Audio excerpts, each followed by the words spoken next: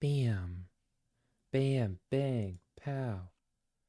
Um, Mike is so far. Oh, I'm so tired. I didn't sleep good last night, but I'm still here because I really wanted to do Doodle Monday today because I keep missing Doodle Mondays because I keep getting busy or things change and schedules change and stuff like that. So I really wanted to be here today. So I woke up and I was like, you know what? It's fine. I'll be fine. Hello. Hey, Gilly. Um, it is what it is. Life goes on. Didn't sleep. Doesn't matter. Who needs sleep, really? Who needs sleep? Got my bottle of water for hydration. Got my tablet for drawing. I have all the things one could possibly need for this endeavor. So we're gonna go. No, I don't have all the things I need for this. Here I am. Hello. Um, whoa.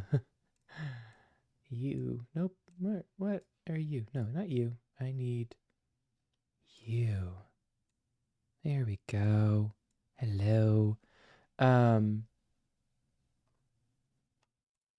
you. That's what I need. And then I actually wanted to do something that I didn't do last time that I'll do really quickly. I'm going to add a filter. I'm going to crop it a little more. I'm going to go. Son of a bitch, I moved my keyboard. So stupid. And we'll go one. Whoa. There. And then from the right, we'll do. From the left, we'll do.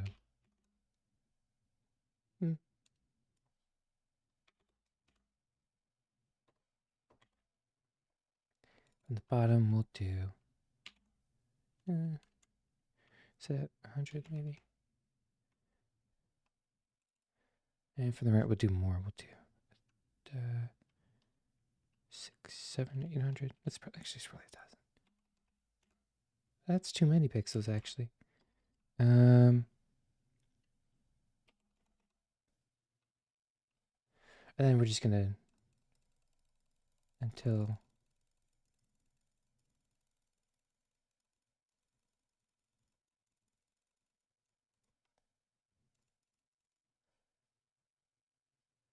I don't know if I wanted to do all that, but you know what? We're here. This is what we've got today. This looks so stupid. This was a bad idea. I shouldn't have done what I did. I'm gonna undo what I did.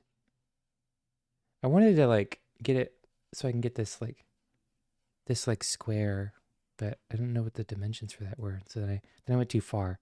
Um, we'll do 0, and we'll do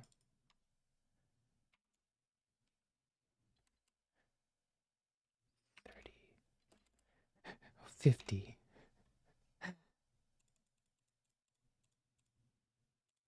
Cool. And then 0, and we'll do 60. And we'll keep going until it's gone.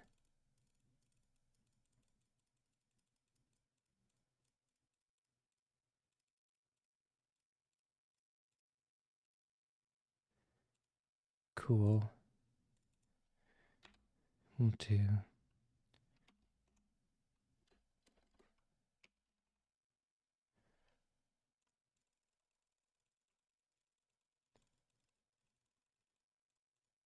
This is what happens when you don't like prep beforehand.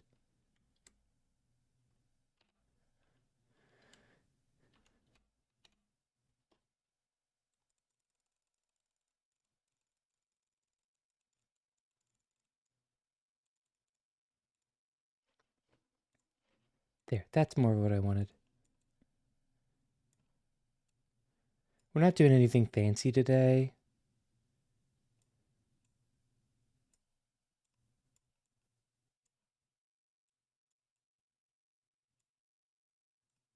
It's not quite going to fit the way I want it to fit. We'll do that. That's fine. Um, yeah, it's not quite going to fit exactly how I want. I'm not doing any Bart Simpson fan art. In fact, today's probably going to be really boring for you guys. Um, just because I'm not doing anything like super complex. Oop, that's the wrong color. Change colors of that, please.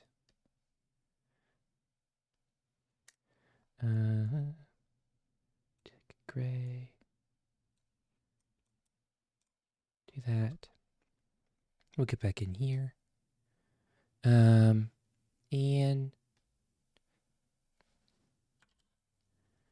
just gonna pick a spot. There, looks good. And that's our horizon line. And you know what we're doing? We're drawing boxes today.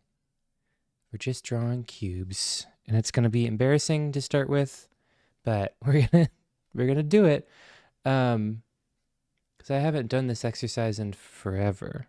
And it is really helpful for like perspective lines and stuff. And it's been a really, really long time since I've drawn any boxes. And so we're just gonna do our best here and just draw as many boxes as I can goddamn handle. Until I either cry or give up. So, hope you guys are ready for a comfy stream. I'll turn up the music a little bit. Listening to some Kingdom Hearts stuff. I just got a random playlist on right now, to be honest. Just my this is my studying or like working playlist. Used to be my studying. Next year you're gonna draw a hyper-realistic Greek statue to balance out the complexity. Listen, if I could, I would, but I don't know if I've got it in me to do all that. But today is just gonna be boxes. And this is because I've been really lacking. I went and tried to do some sketching stuff on my own earlier this week.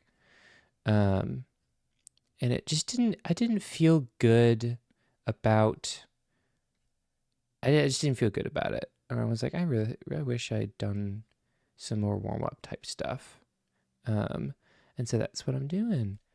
I'm just trying to make as many boxes as possible. And it's just supposed to help me with like being more confident with my line strokes, and being more competent about perspective and things of that nature. And so, oh, that was bad. So it is what it is, you know? And then after we do this a little bit, maybe we'll move on to something else, maybe doodle something else. But today, just sketching and only sketching, and that's okay. Just good old-fashioned warm-ups. And it is going to be a bit of a shorter stream because I remembered I have a doctor's appointment at some point today, and I should probably like go to that. So I need to cut it a little, not super short. They might call me during the stream, and if they call me, I'll probably end it. Because I do a lot of telehealth. And so it's like a phone visit, and so they take the payment over the phone. But yeah, so that's why we're just kind of chilling today. Nothing fancy. Ooh, that was a bad one. But you know what? Live and let live. Gotta keep going. They're not all gonna be perfect.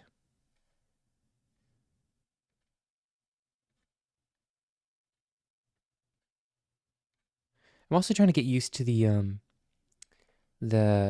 tablet that I'm using because I don't love drawing on this tablet. I'd much rather draw on my iPad, but I don't know how to capture that. And also, I just have Procreate, and I like Photoshop better, to be honest. I'm big on Photoshop. But that's why. That's why I'm using this tablet. I bought it a long time ago. It wasn't cheap either. I mean, it wasn't like really expensive, but I needed it for class. I'm hoping to see like an evil, twisted version of Todd. Haha, like a glimpse into his dark mind.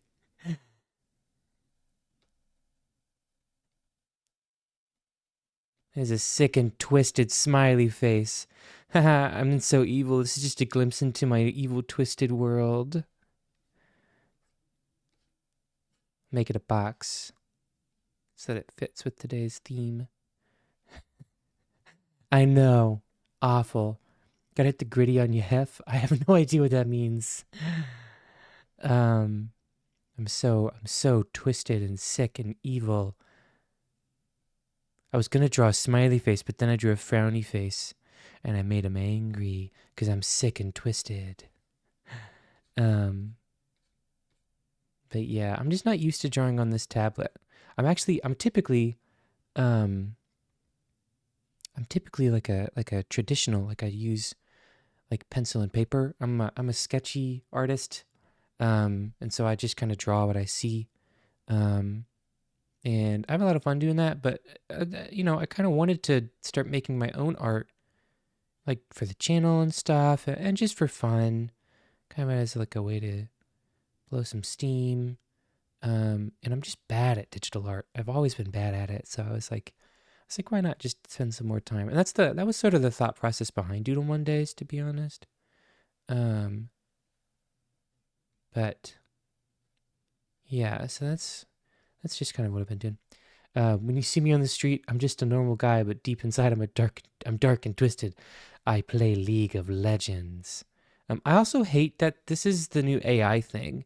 I hate it. I wish I could get rid of it, but I don't know how. It kind of just sits on my screen. Um, I don't like it. I don't like it. I think I've only used it a few times, and not even like for art things. I've used it to um, like just for fun, kind of to see what it would do. Um, for a couple of my thumbnails for the meme audios, I was like, oh, what if I tried using AI and seeing what it spits out? And then it was just ugly and gross, and I was like, hmm, yeah.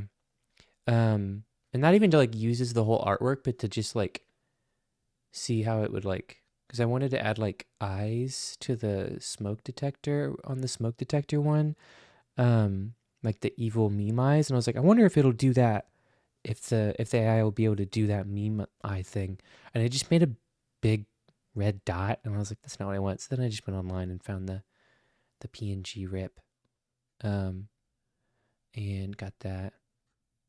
Oh, that was ugly, ugly box. They can't all be pretty boxes. Um, We'll do a box over here like this. Um, and wham, bam. Yeah, practice makes perfect. Tablets are weird to draw on. The tactility of paper and pencil is comfy. Yeah, I actually have on my iPad, I've got like a paper texture screen protector, so it feels better to draw on like that. But it still isn't the same. There's something about like the pencil, um, on the paper and that feeling, or the pen on the paper, and how it feels to draw physically. That is way different than drawing digitally, and it's just something I'm not used to as an artist. Um, which is why I'm always a little embarrassed to do Doodle Mondays, because I'm like, oh, it's gonna look really bad, and that's not like an accurate representation of how I draw anymore. Um, and so I'm always like, don't look at me, I'm drawing bad. Last time I did a Doodle Monday wasn't too bad though. I spent a lot more time and effort on it, um, than I usually would on a digital piece. And it was just sketches too.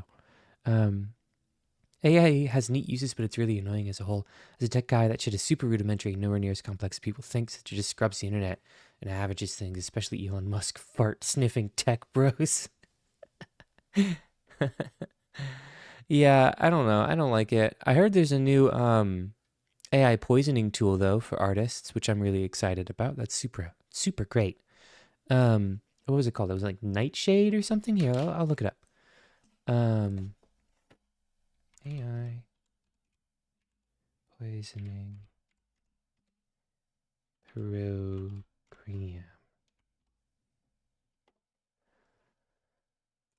Let's see. What did they call it? Um, it's called Nightshade. Yeah. And the way it works, it was really interesting. I watched a video on it. is it takes an image, whether it be a photograph or a drawing of yours, and um, it just changes the, like every other pixel, it changes the color value by like literally 1 or 0.1 or something. Um, and um, and what that does is it, to the human eye, is imperceptible. So it's like not even a big deal. So like you could do, it would just be like a very, very, very tiny change of blue. But because the number is different, the computer treats it differently. And so after a couple hundred of, poisoned examples, it'll take, it'll like break the AI and it won't be able to recreate the image anymore. So like you type in, um, I don't know, someone was showing me where they, had like an image of a dog that after 100 poisoned dogs, they started drawing cats instead. The AI was drawing cats instead of dogs because it was reading it. It was weird, but it's really great. That's great for artists. It's something that we've been super worried about, and it's a tool that you can just, apparently it's super easy to just plug in and use, and you just either it plugs in directly to the editing software. Ooh, nope, don't like that. They're leaving that box alone. You stay like you are, sir. Um, and either it plugs in directly to the program, or you just run your images through it before you post it, um, so that people can't steal it. And that's great. I think that's awesome. Um, Bink, bam. That was, oh no, big sad. I'm gonna try some tiny boxes way out here in the distance. Distance boxes. A real medium-sized one out here.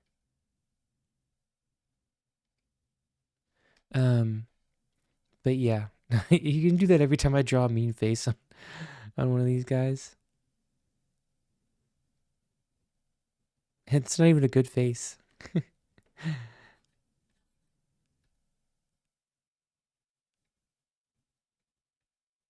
a little box face. um, but yeah, so I don't know. That's just been on my mind, the AI tool thing. Um, I think it's good. I don't know. The whole AI doing art and making art is kind of sad when you think about it, because like the it's like the robots are starting to make the art, and the humans are continuing to do the menial jobs that robots could do. So it's just a little dystopian, which is terrifying. Um, and the fact that like major companies are using AI to do their art instead of hiring actual artists, um, is wild. Especially because Wacom or Wacom or whatever you call them, I call them Wacom because that's what my professor always called them, and I think it's funny because like whacking. Anyways, um, Wacom, who is one of the leading developers of art tablet tech, um, used AI supposedly. I mean, um, no one can like prove it like legitimately because no one knows. Um, but supposedly, and they used an AI art tool on their, um, one of their promotional art pieces, which is wild when you think about the fact that their whole market is artists, people that are against AI art. Um, I was hoping that this would kind of become, as we did it more, you could kind of see the perspective kind of take shape. You kind of can, but it's not quite what I wanted. We'll do another one of these, or maybe we'll move on after I draw a couple more. Um, but as wild to think about. It's not quite as bad as people fearmonger about, mainly because AI material is pretty shit.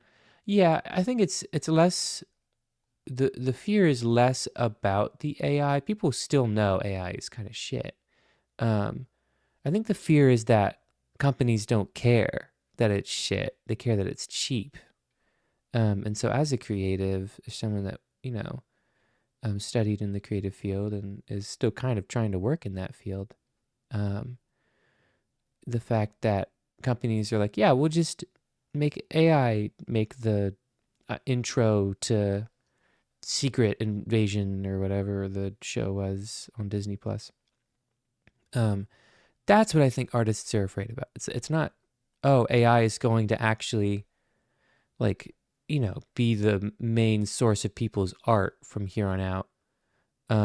It's that companies are using AI to take the jobs of people in the creative industry because it's cheaper to pay some Elon Musk fart sniffing tech bro to sit in a room and churn out 100 different prompts into his AI, like fucking image video maker, than it is to pay an artist to design that thing. So that's I think where the controversy lies, and stuff like that.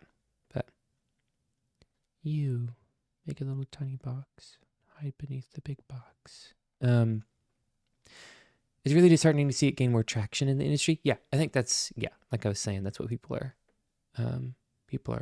spooked about quite a bit. But I think what's going to happen is like it's going to hit a point where people realize that it's shit, and then it can't do all these things, and there's going to have to be, or I don't know. I really don't know what's going to happen. As long as it's cheap and they can get away with it, they'll do it. Like in computers, a lot of stuff is just worse than it used to be. Like if I had to repair way more laptop hinges than I used to, and the old hardware with heavy ass lids are fine, but the plastic hinges are weak as hell.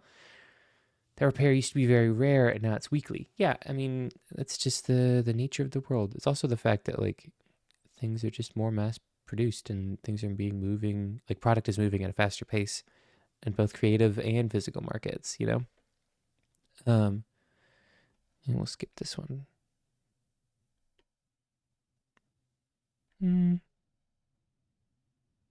Sure. Get some Pokemon.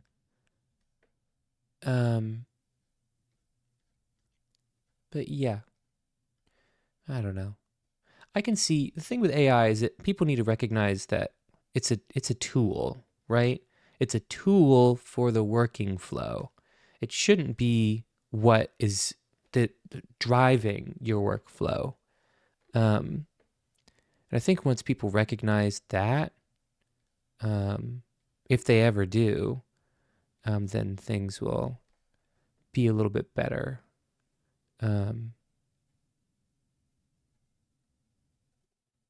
But until that happens, kind of stuck here. And so I don't know. Maybe it'll get so bad that we'll have to make laws about the usage of AI, like, and have that regulated by the government. Who knows? Who knows? I'm just a little cat boy. I'm just a little guy who moans in a microphone and makes money. Not a lot of money, but some. So, really, really tiny box off in the way distance. What are you doing out there, little box? At least I've seen a move towards easier to repair laptops in the market. That's a big and good change. Not that every model is, but more are easier to open and mess around with inside than they used to be, especially gaming laptops. Yeah, replaceable parts are coming back. Which is wild. There was a while in the computer market where it was like, nope, you can't open the computer at all. And there's some, like Apple still does that, where it's like, nope, you just don't get to open the laptop. You don't get to put anything else in there. We put in there what we wanted in there.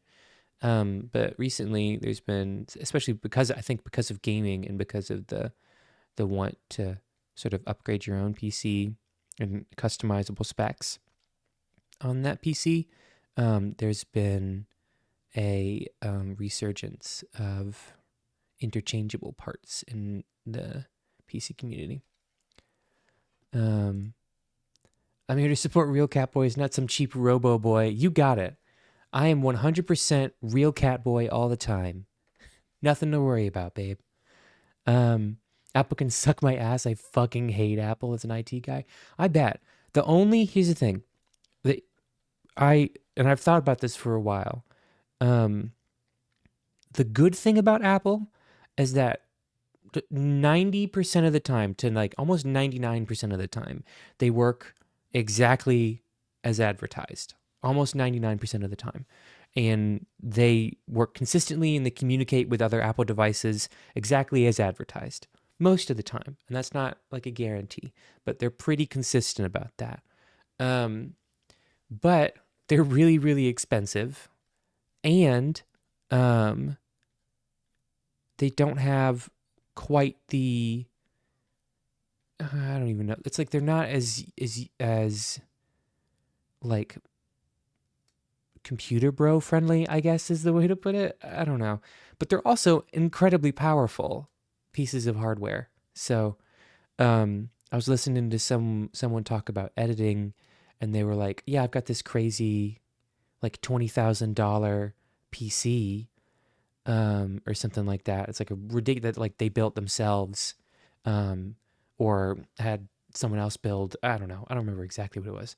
And they're like, then that runs great and it does good stuff. And there are things that it does that my Apple computer can't do. But he was like, I spent $3,000 on the new Apple like tiny. I don't remember what it's called, but the tiny little computer ones.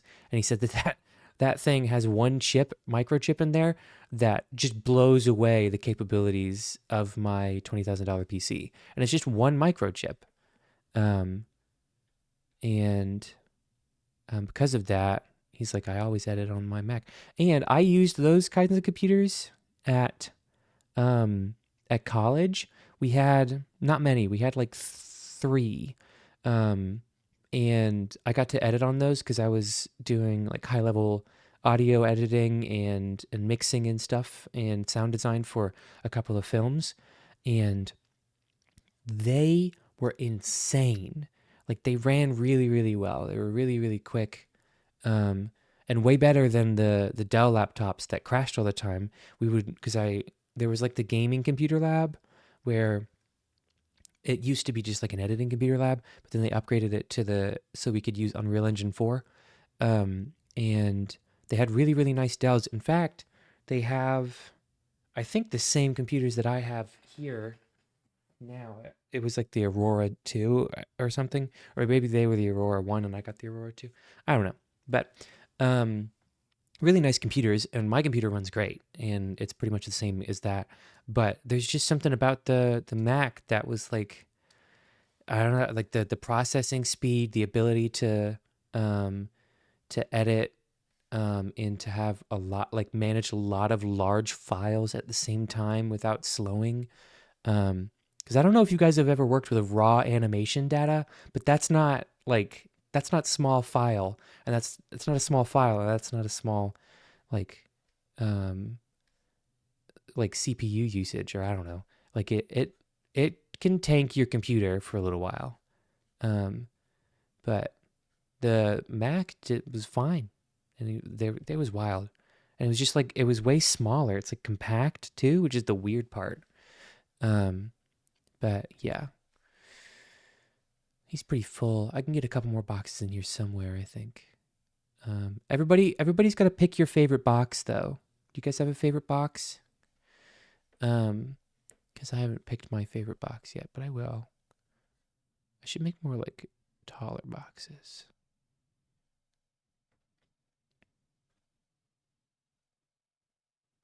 And there's that one. Ooh, that's better. Um, the only thing good about Apple is that it keeps me busy, and the bad thing about Apple is that it keeps me busy. Yeah. And ironically, the high end aspect of Apple parts is part of the nightmare for replacement and repairs. I get it. Yeah, because those are so like exclusive and I assume very expensive pieces of hardware. Um, but they do run nice. They do run nice. And Apple is the standard for phones. Like people get clowned on for using an Android, and Androids are cool. There's a lot of like customization that you get with um, Android phones that you don't get with Apple. But that's because Apple kind of like has their own like iOS, right? Like it's got its own operating system, and they do a lot to keep that operating system safe for their users, and consistent for their users, which is something that you can respect as like a consumer. Bam, bam. Like I have a bunch of odds and ends for basically any other brand, but I have to custom order for Apple. Yeah, that makes sense.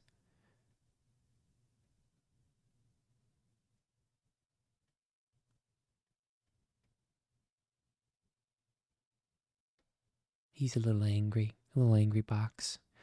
Um, let's see. I think this box right here.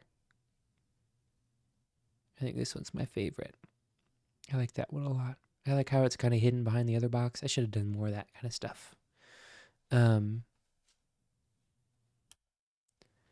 make a new layer real quick. Bam, bam, and oh, that was the background layer. Oh, whoops. Guess we'll have to make a new background layer. Cool.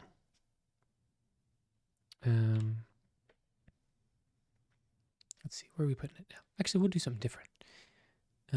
We'll just make a stack of boxes. I should probably change the color back to this.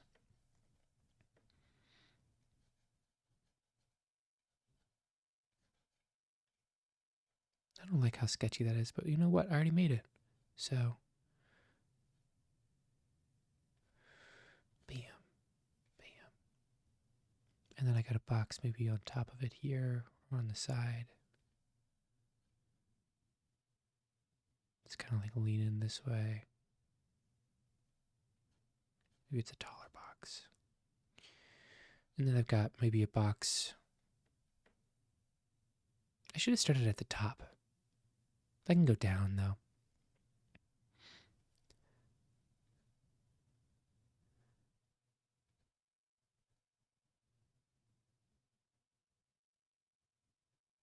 Nope. No, I can't. Calling this one null and void.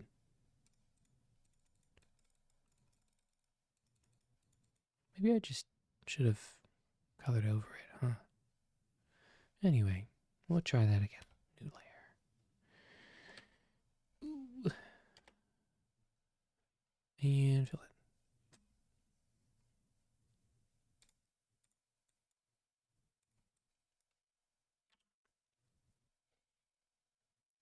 Null and void is my favorite Yu-Gi-Oh card. Nice.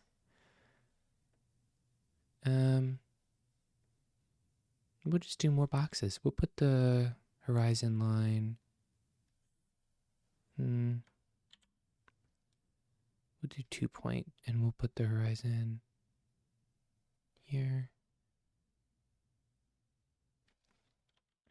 I just need to get a line, and then here and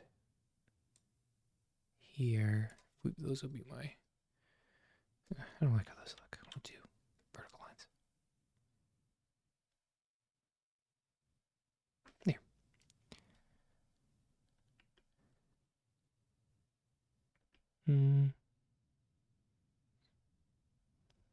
Picking the music is always the hardest part.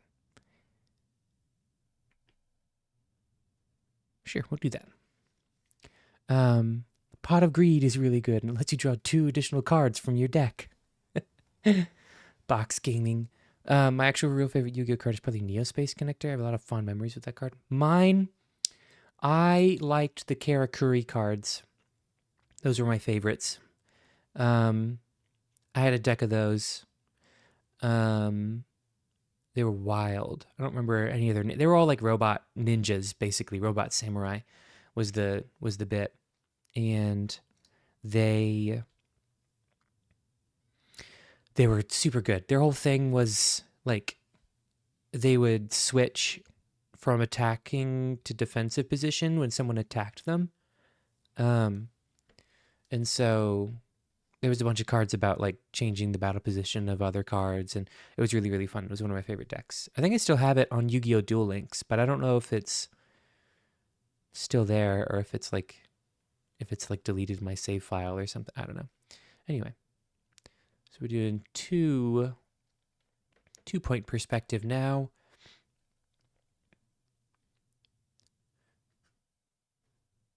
Oh. Ooh, gross. I want the first one to at least look kind of good. Life is pain. Existence is suffering. I had an art professor in college who was a fantastic pencil artist and really artist in general. God,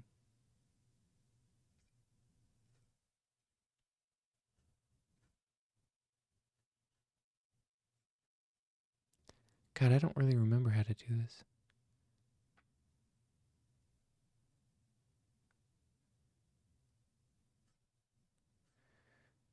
It's supposed to.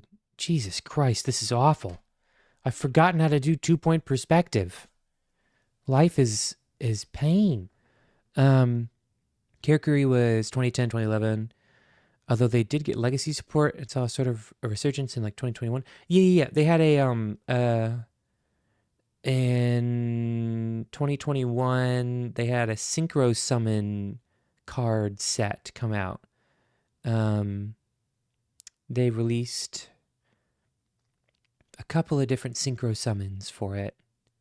As well as new spell cards and a new field spell card and a couple of trap cards that were really, really good. I used them before that stuff came out. How the fuck do I do 2 points perspective? I just need to get it like closer. That's the problem.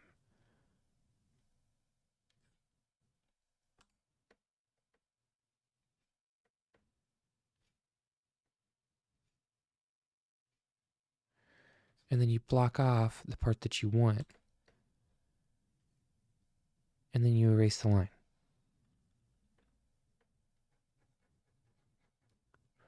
Like that. And then now I got a box. It's way more complicated. I make a little house. There's like a little door. And now I got a roof. It is a house. Ugly, ugly, all of this. Ugly. Oh, hello.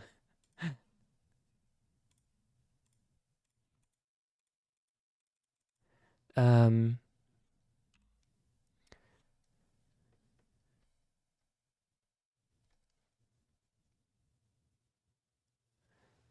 Basically, NSC summons Neospatian Aqua Dolphin, and it ripped a hand trap from the opponent to insulate your extra deck plays. I love hand info and hand tripping. Nah, that's not my style, man. I love the reason I loved the Karakuri deck so much was because when you went up against like cards or decks that were kind of like high attack, low defense, get 3 attack cards out front as quick as possible. I would just it would just be me like imagine someone who's like first turn draw got them like a blue eyes white dragon, right? And it's only got what, a 3,000 attack to 2,500 defense. Well, on my first turn, I can put out a Karakuri card and then play a spell card, which lets me flip one of my Karakuri cards from attack to defense position and destroy any card on the field. And then Blue Eyes White Dragon is gone. Bam, like that. And then I can just switch it back to attack the next turn. And then, or they usually what they'll do is they quit, because I played it online. Is if they're one turn perfect KO and like they had first turn and they were gonna get a perfect KO and it failed, then they just quit, and it was really funny and awesome. I also played a lot of the Six Samurai. I had a crazy Six Samurai deck in like 2019, which they're all about having a bunch of cards I mean, the original deck was about having a bunch of Six Samurai cards on the field at all times. Um, and the and it plays a lot different than the one that came out when they updated it with like Secret Summons and stuff. But Yugi Boomer Tot, or I guess you're just Dual Linked Brain, plays totally different to current advanced format. Even the advanced format where Connector was a strong normal summon. Yeah, it does. I just liked it because it was like quick and easy, and I could get a bunch of cards for free. And I didn't have to play a whole lot to get a bunch of cards, which was really nice. Because it was really annoying when like you um you have to like buy a bunch of fucking cards, and I get it, like, that's how they make money. But yeah, I'm broke. I was a broke high school student who had nothing to do when he was bored during class. um we played a lot of I mean, I blew a lot of money on Pokemon cards. That was my big thing. um I wasn't the first person to do it at my high school, but I was definitely one of the people that like was one of the first. And then it got really popular at my school, to the point where like I was in band, right? And so between um, the end of school and leaving for like a football game or something, right? There'd just be like 20 or 30 kids all watching each other play Pokemon and be like, ooh, look at their deck, or ooh, look at their cool card, or, real nerdy stuff. But it was fun. Real long box time.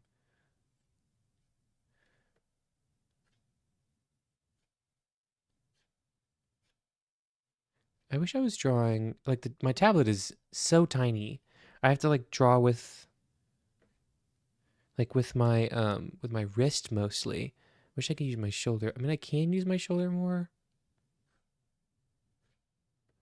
It's just a lot jankier. It feels wrong, but I'm gonna do it. I'm gonna be proper artist technique. God, I haven't used this muscle in so long.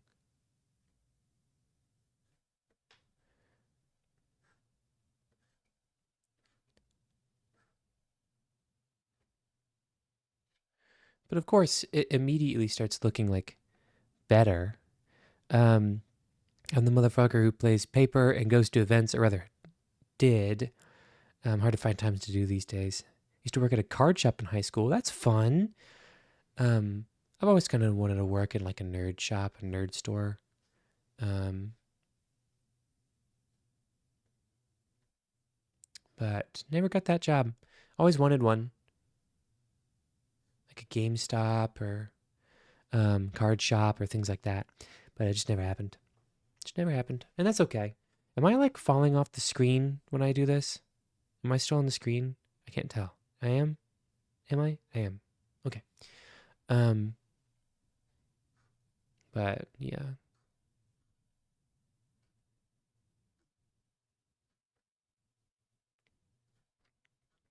So focused on box.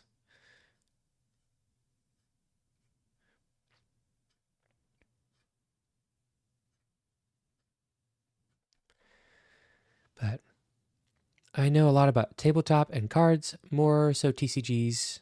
Um, I got the job because I knew the guy since I was a member of my local Yu-Gi-Oh community, and he knew I knew what I was talking about. Yeah, that's how a lot. That's how a lot of jobs like that work. Is like you have to be a part of the community. Problem is like there's not a whole lot of places around my area that do that kind of stuff.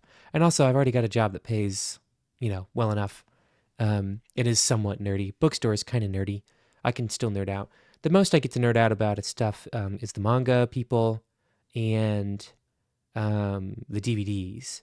Like we sell Criterion, so I get a lot of cinephiles coming in. And whenever I see someone buying Criterion, I start talking about movies, and then we have a nice conversation about film and stuff, which is always fun.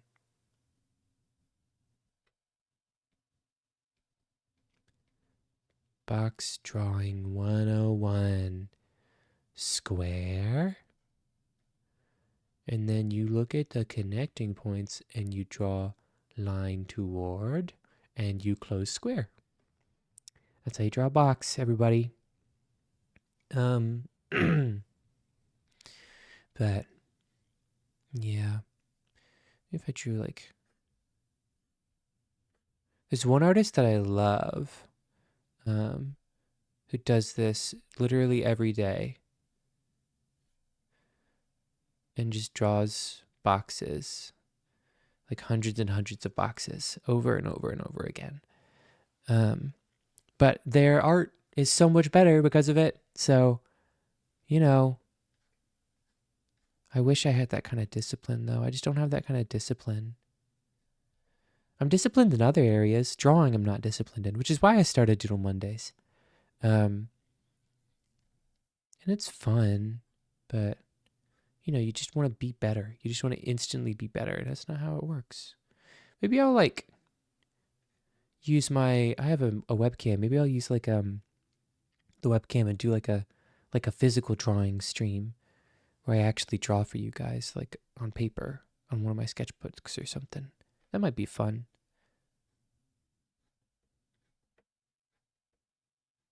I'd have to clean my room though, because I don't want anybody seeing how dirty my room is. My room is a mess right now. Since I've been sick, I haven't cleaned it. You know? And so it's still like messy. Hand cam stream would be cool. I need to paint my nails though. Because they look really gross right now when they're not painted. So, there'd be that. I'd have to do that first. I'm not going to be showing you guys nasty, gross hands. But,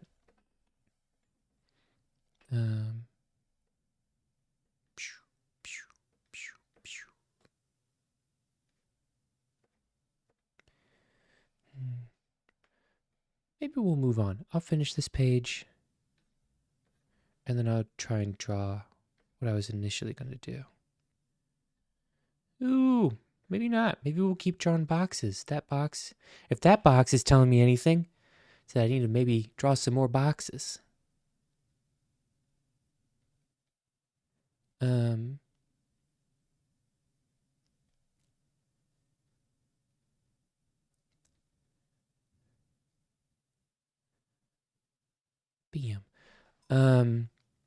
Yeah, I don't know. At one point I was thinking about, instead of Doodle Mondays, doing Movie Mondays and talking about film, which could be cool. But I don't know how that would go over with everybody. What kind of things do I enjoy drawing? It just depends. Like I said, I do physical stuff mostly. I draw a lot of like environments, and places and stuff, and kind of just stuff that I see. I used to walk around. I used to walk around the downtown of the city that I lived in, and just pick a spot from time to time. I didn't do that very often. Usually just walked around the campus. But sometimes I would go a little farther, and I would draw people that I saw or things that I saw. And my style is not anything that resembles these boxes. My style is like, I don't know, maybe I'll try drawing something in my style. That might be fun. Because I don't know how well it's going to translate to digital is my thing. Because I draw like, I don't know. I'll show you and we'll see. Todd streams the entirety of the Lord of the Rings trilogy. Not that. Not like watch party kind of stuff. But like talking about films. Here, let me go to my Pinterest. Hold up.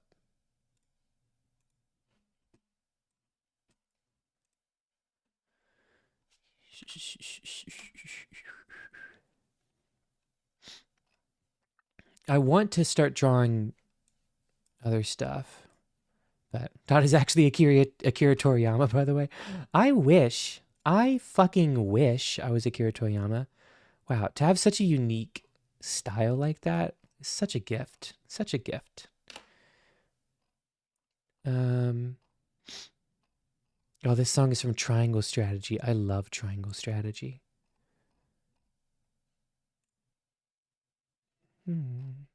Oh, someone drew Clive from Final Fantasy 16. That's cute. I'm just trying to find, where's my pins? Landscape.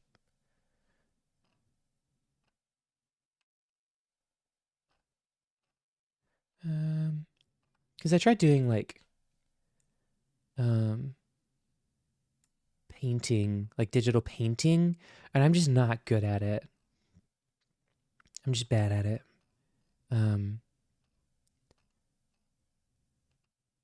Let's see. Oh, these are really good. We'll do. Oh, wow, that's a lot of. Oh, I was pressing a button on my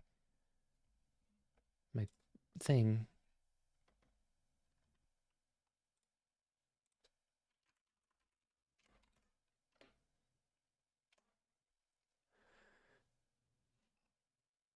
Let's see.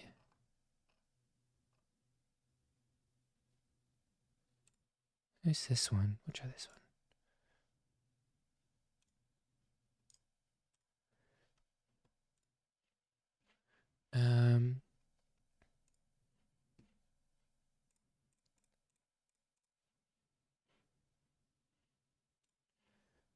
We'll do a new file.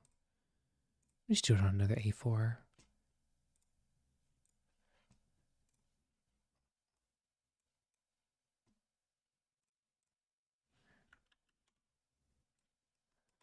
So, like, stuff like this is the kind of stuff that I would doodle mostly. That's a really low res. Oh, maybe it's not. That's not too bad. But yeah, stuff like this. Oh, stuff like this is the kind of stuff that I would draw before.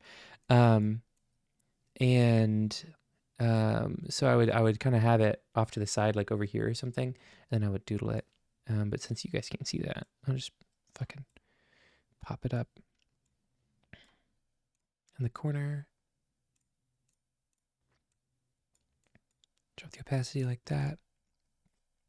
Make a new layer. My new layer button is not working.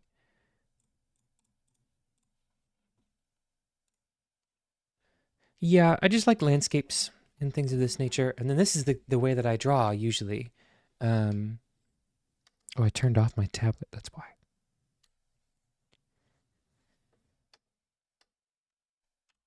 And then, so I usually, I don't like having it right here. I'll tell you what, I'm going to do this differently so that I can have this somewhere that I want it to be. Get the Doom soundtrack. Hold up. That's fun. Smash Bros. I will add an image. We're going to do ref.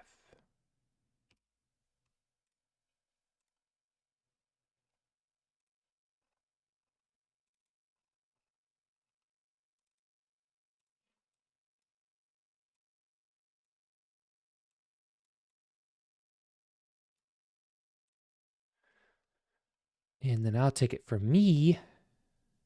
Put it over here for me.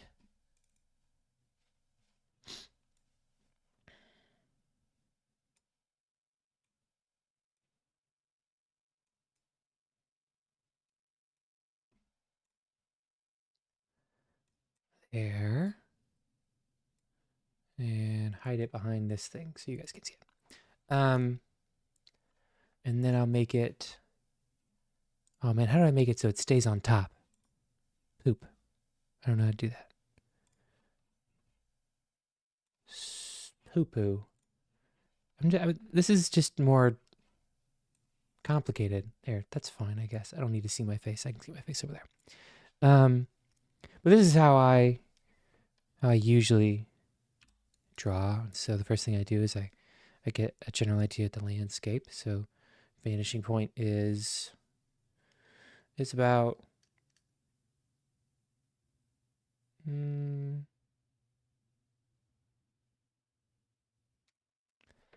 it starts about there-ish. And there's a line. Oh, jeez, I keep pressing too many buttons. I need my keyboard again to draw some. It's vaguely in this area. It's the bit vanishing point. And it kind of sits almost here. Is the point right there. Oh.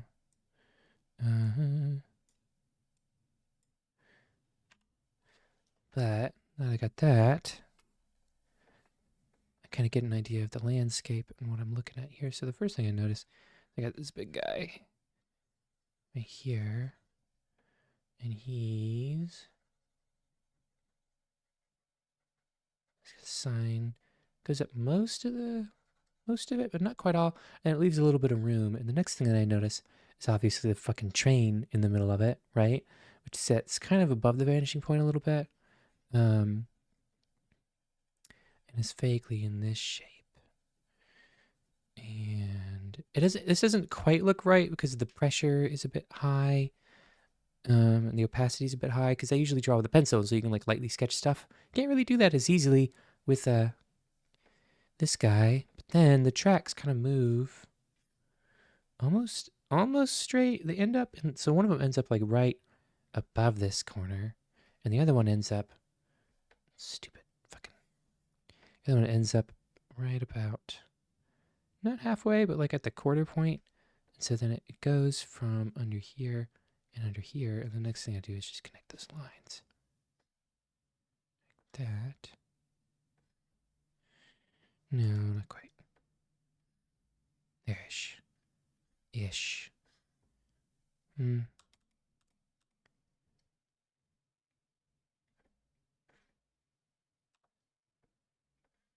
No. Come on, buddy. Come on, arm.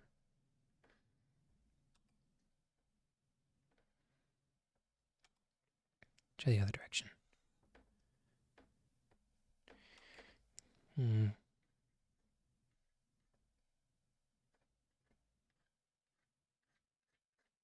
Let's do that. That works. And so then the other thing is right here, up in the front, there's almost that little ledge, that lip.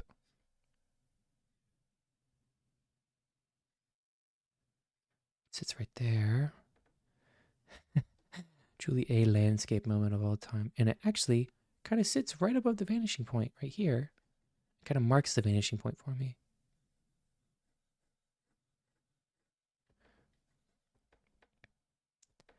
And this part rises a little bit above, which is what makes it feel so much like a lip.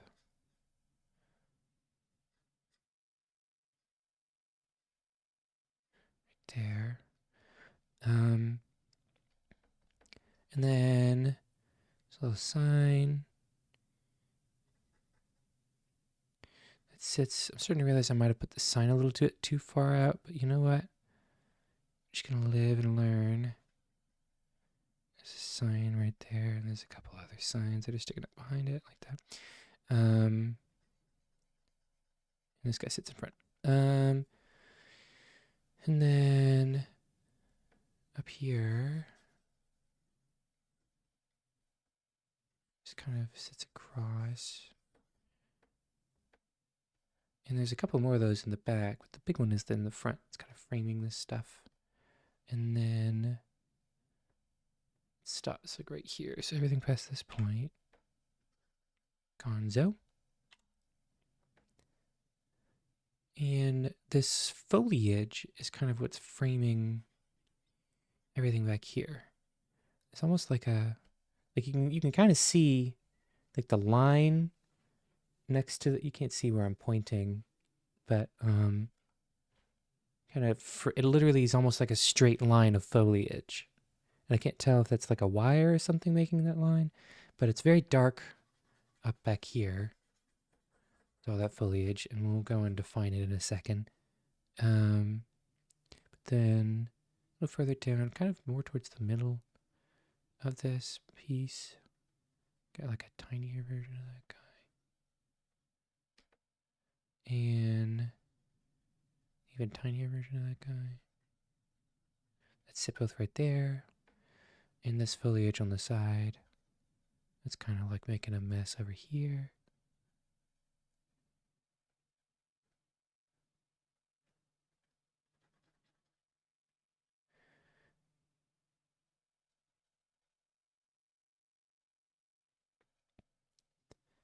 And lots of foliage on this side, which is what's kind of covering these guys. There. And see, it's not quite translating exactly how I'd want in digital because I don't have the ability. I do have the ability, but I'm not good at it to like create those shadows and those highlights the way I want. There's this guy over here. And it's kind of a hill-ish looking thing, kind of sitting along this way.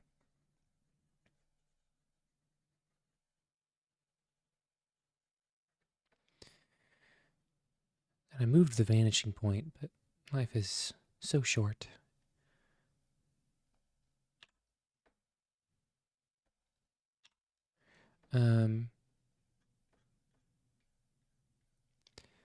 This hill area.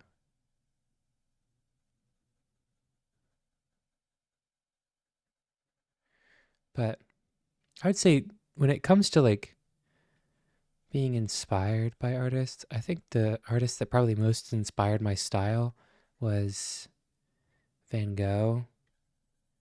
And you wouldn't think that looking at this, like his most popular works, but like a lot of his works, most of his works, I would say, look more like this than they do like Starry Night or that one of the dandelions or sunflowers or whatever they are. Most of his works are just paper and pen. And he just sat down in front of a landscape and drew. And that's what he did. But, yeah. And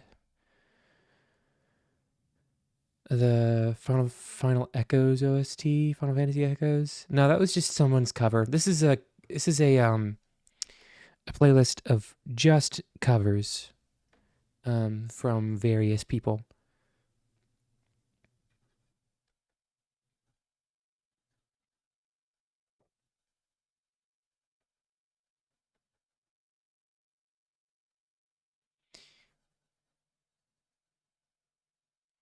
But yeah, I mean this is more what I did.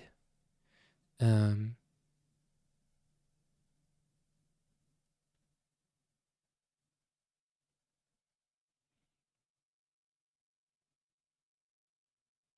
and then what I would do is I would um find the shadows. So the biggest shadows I'm seeing are up here. And I would darken those shadows the most.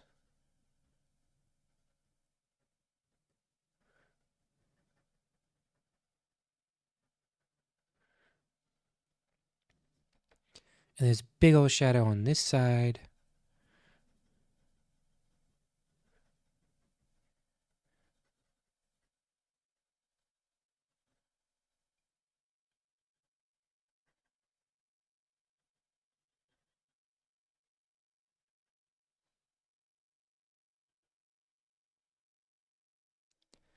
And there's one more kind of over here.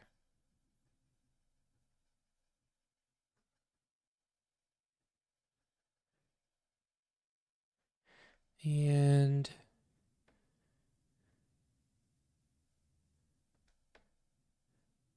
one that kind of sits right on top of this thing.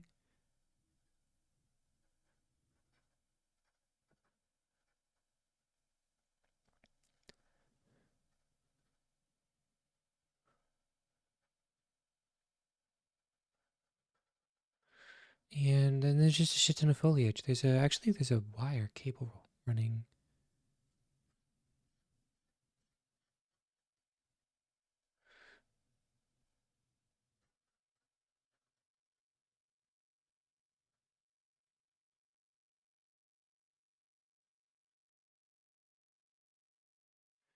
Kind of running up here and go down that way.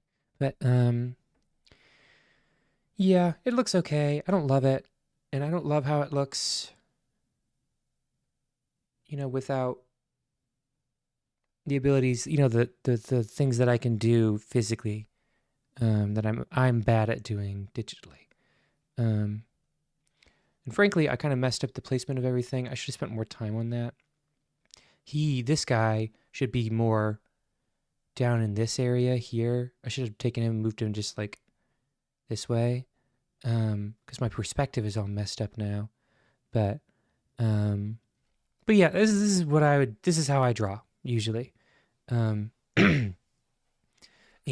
as you go, you can you can erase the highlights. And so I would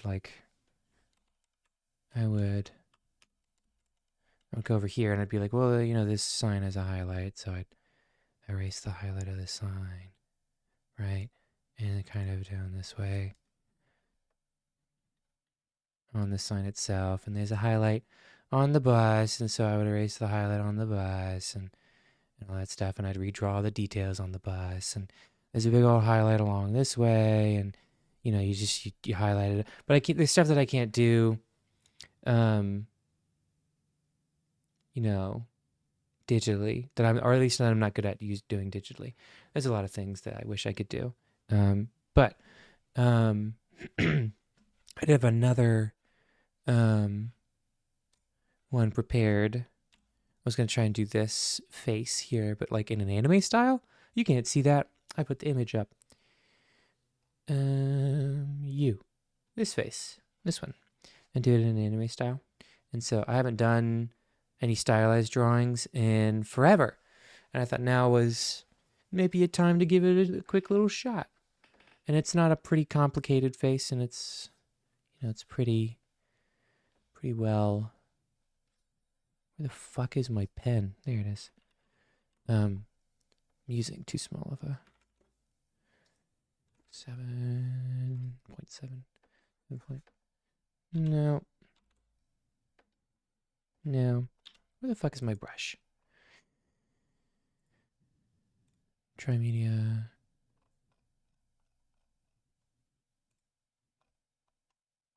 Drawing box.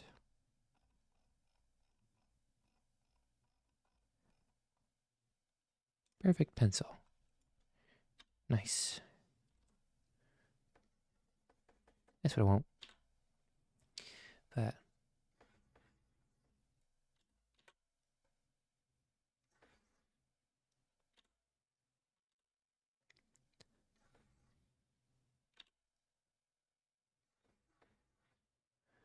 and the face is kind of facing that way.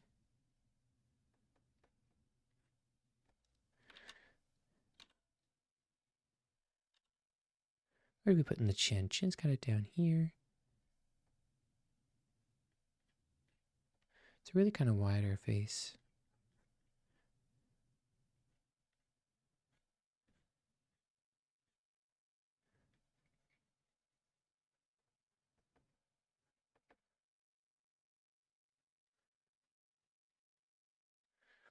Eyes are here-ish.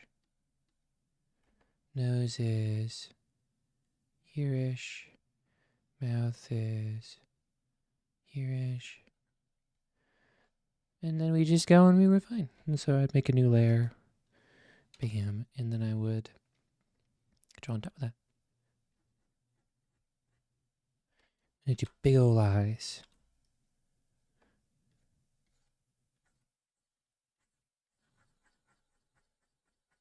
Stop staring at me with them big old eyes. um,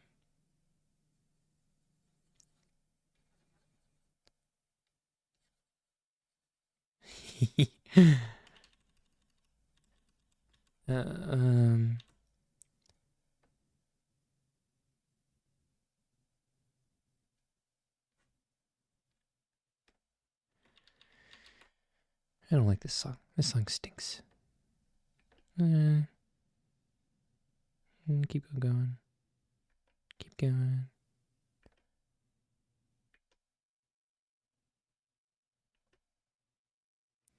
Yeah, it's fine. How do I want to do the eyes?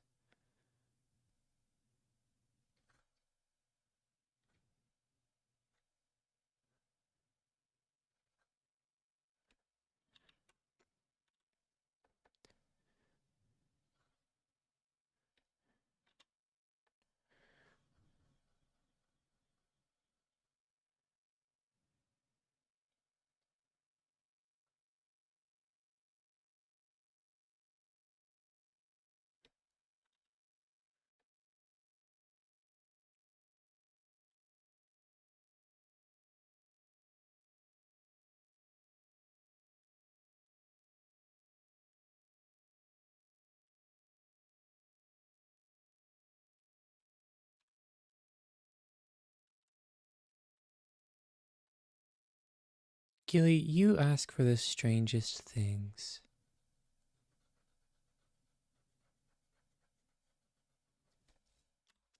I'm not putting on Hey There, Delilah.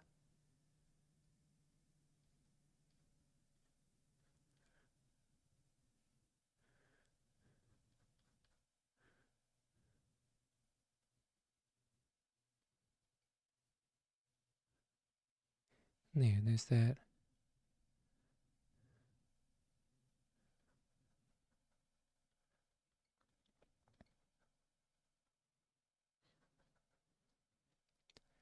There's an eyeball, and then I need to make the highlight.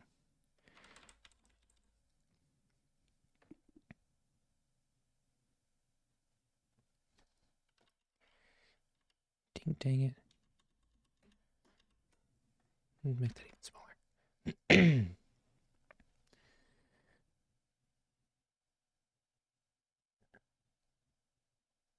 And then I will.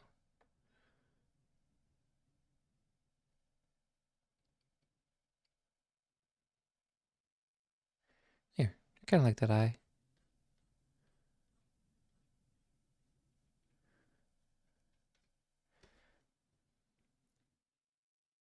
That's pretty nice.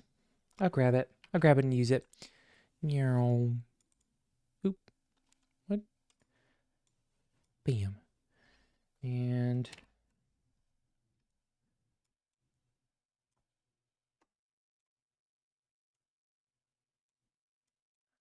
how big do I want it?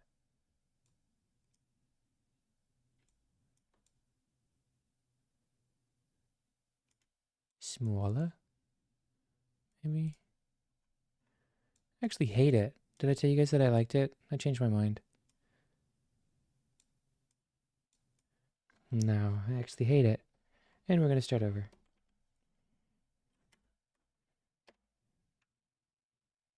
Boop. Did I tell you guys that I liked any of this? I actually hate it. We're actually going to start over.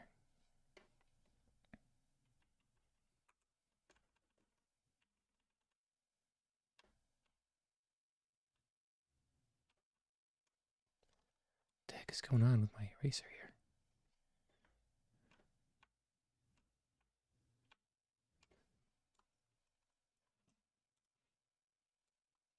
I don't know why my eraser is being weird, but we're going to keep going.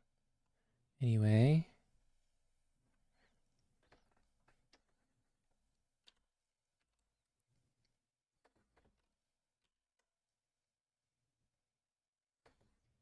You just got to practice, you know? And that's something that I don't like doing. I don't like practicing. I like just being good at stuff. We'll make the chin a lot shorter this time.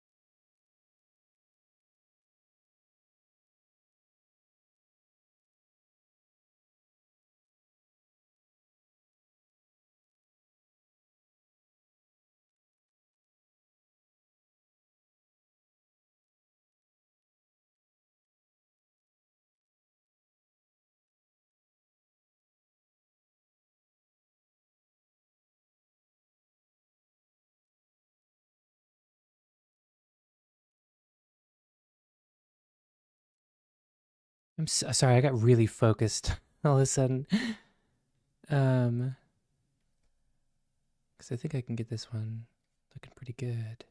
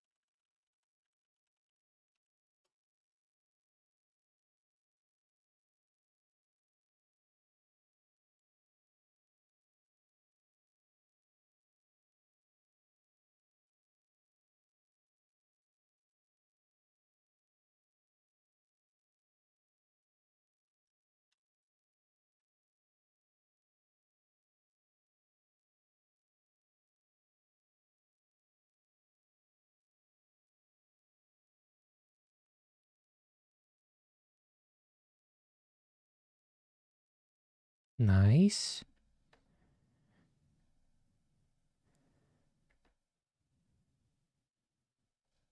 Listening to some really loud Kingdom Hearts music is always nice. What are we talking about? Do you think Bill Clinton is made only of grape jelly? No, I don't. I think Bill Clinton is a Reformed Orthodox rabbi. How much Piscoin do you think the classic Barbie unopened is worth? I think at least six. Six of whatever Piscoin. Even in any market, truly, probably worth at least six Piscoin.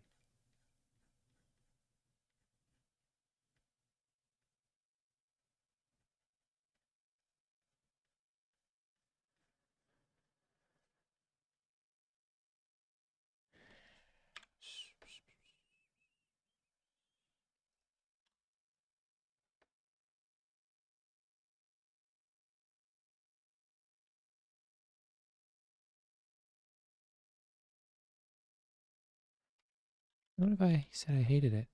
Would you believe me?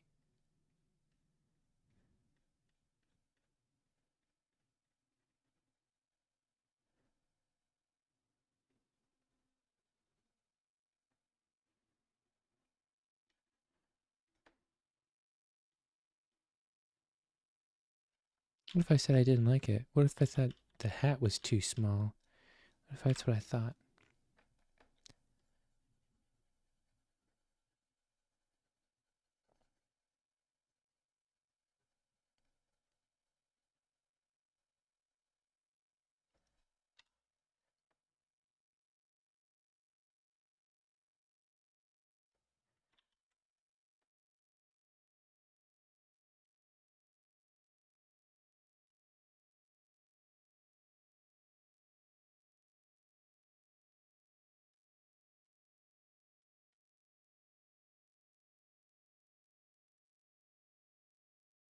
I could just draw eyeballs. That'd be great.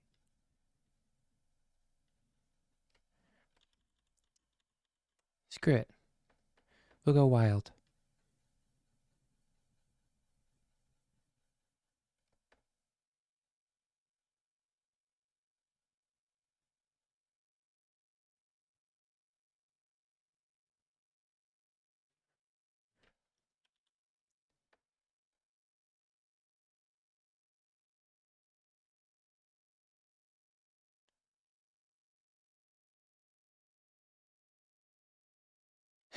Stupid.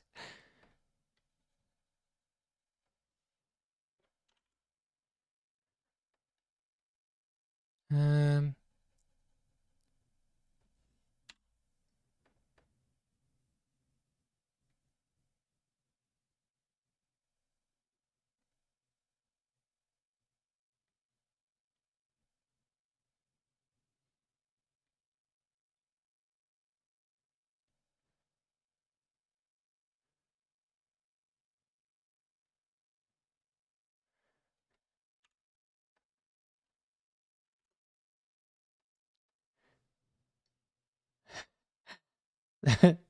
what? What?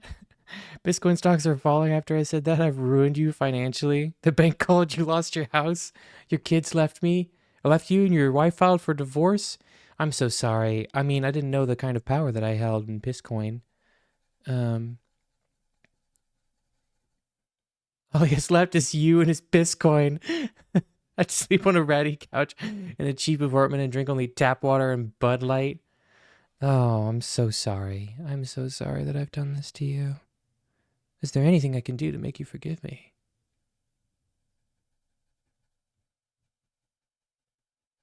This looks so dumb. Just wild eyes. I can find the eye in that somewhere.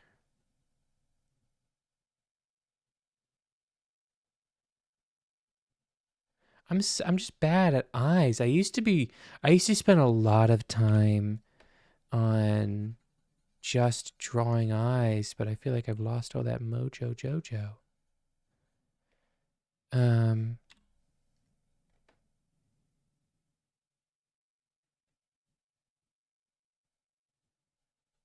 I'm trying to find the chin as well. I'm just a mess. I'm a mess of an artist. I'm a mess. But this is why we practice. I just wish sometimes that I wasn't practicing in the public view. You know what I mean? Wish that I was taking this time by myself. But no, I have to like put myself in front of an audience to make a fool of myself. 'Cause I can't draw an eyeball. I understand the mechanisms of it, right? I've got that shape, right? Which sits inset on top of the eyelid and the bottom eyelid.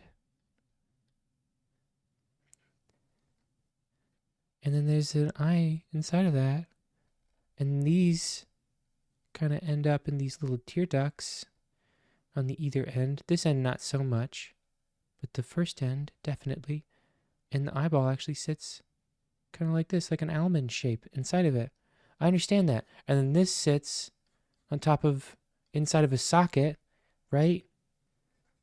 Which sort of feels like this, but you don't really see the bottom part of the socket because that's where the cheekbone is. And so it looks something like that. And then this goes into the nose, right? So this is nose territory. But yeah, I just can't, for the life of me, I can't decide how to stylize eyes, you know? I need to come up with something, but I just can't. I can't figure out how I want to style it. He hates streaming for us. Yeah, you got it. That's what it is. Um, I just wish I spent more time drawing on my own, but I'm so busy doing other stuff that I don't really feel like I have the time for it. Um, you know what? We're gonna try this again. We are, but we're just gonna do something different. We're gonna try and do something really stylized. Maybe that'll help. Instead of trying to like and make her a pirate. Eye patch. Nyeh. Nyeh. Nice. Um, Screw it. Just something weird. Um,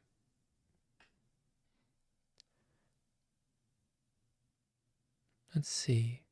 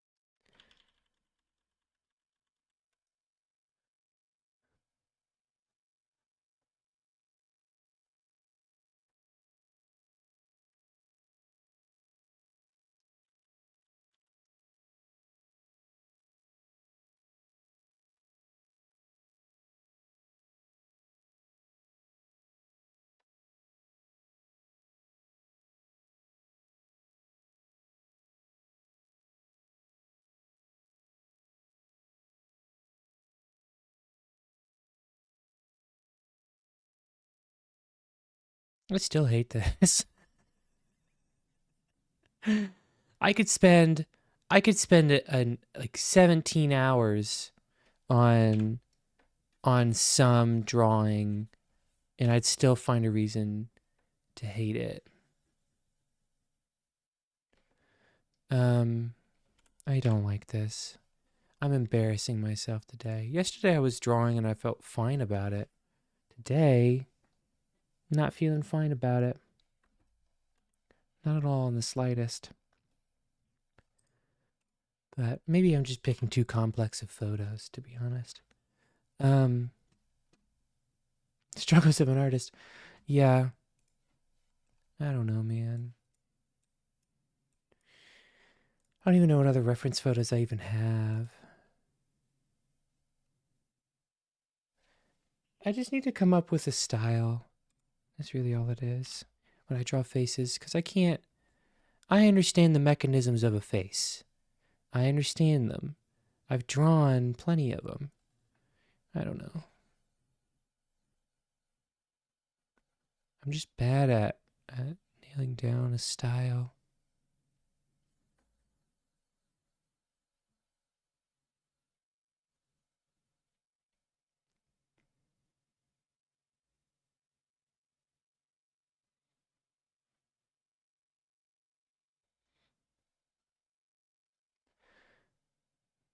Femboy finger painting when my fingers grow back, I ate them all.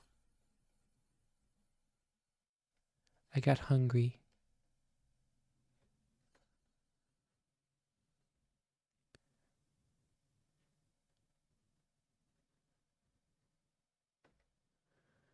So,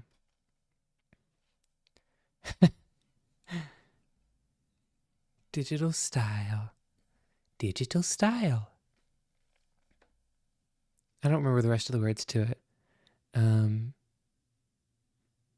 What is it? Hey, look no, shoot.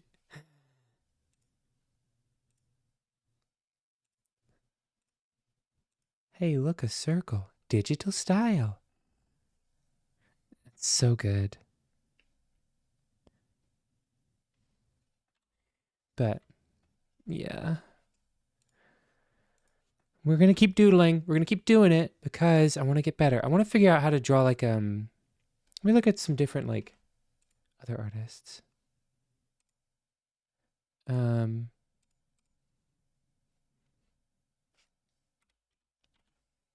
See if I can find any, that I like there. I don't know. I want to find a style that I like. I just can't figure out how to draw faces. So I'm like, what if I made a weird style and I did face in style? And I did faces and they looked like this. And people were like, whoa, you can draw faces? And I was like, yeah. And then I did that. Then everybody applauded and cheered. Yeah. Hey, look, a bar graph. Digital style. Digital dancing. Wow, this is fun. Did you watch the show that they put out? They put out like 8 episodes of a show. It was wild. It was crazy, but it was exactly that stuff, just more of it. And more lore. So hey, nice to see you. You picked a stream where I'm very sad that I can't draw. This is me being upset that I don't know how to draw anymore. So we're trying to come up with a style for me.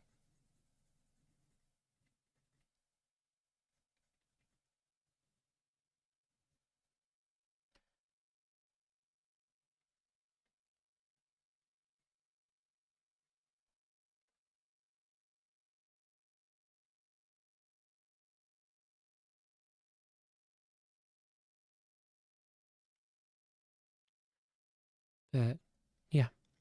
May I ask how old you are? No, you mayn't.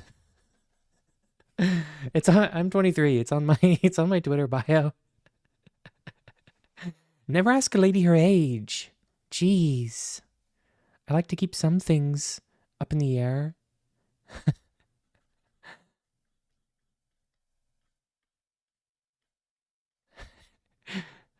Popped out the gate with the big questions. um, Little alien man doing his alien thing. He has no nose because he's an alien. Thank you. I also think my voice is hot as fuck. But I'm glad you think so. Yeah. I mean, I do a lot of stuff to keep my voice in tip-top shape. The main thing I do is not smoke. I'm on a strictly no cigarette diet. So, I don't know. This style kind of looks fun. Todd is 60 and we married in the 80s to get tax breaks and are currently in a spiteful, horrible marriage, and Bill Clinton is involved. Bill Clinton's my affair partner, if you must know.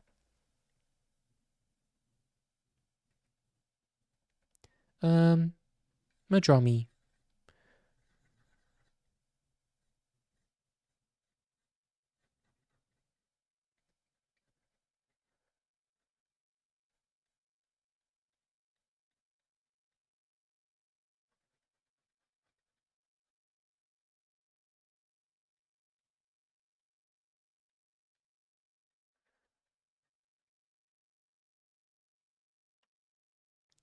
Am I in college or something?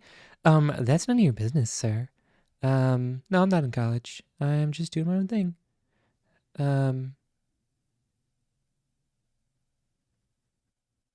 It's me.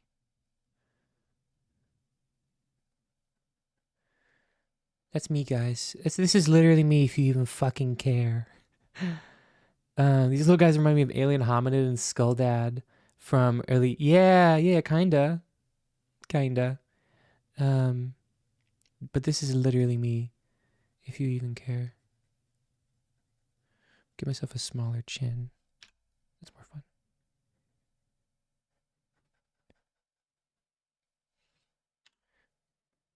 This is me. Hi. Maybe I should give myself the correct eyeballs. Yo. Yo.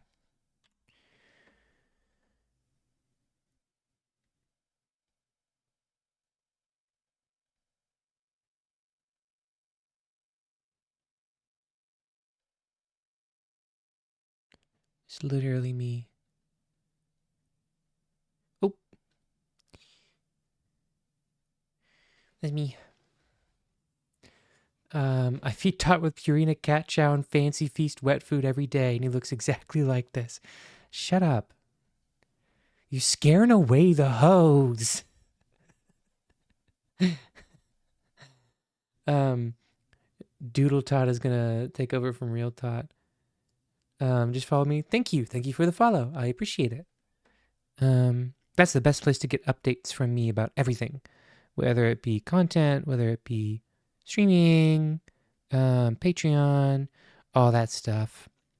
That is the best place to find updates.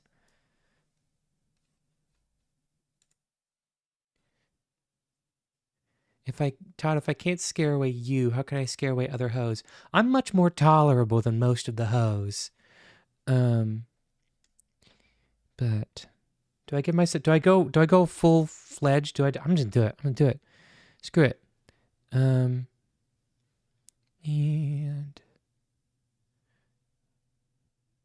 get myself here. Mm-hmm.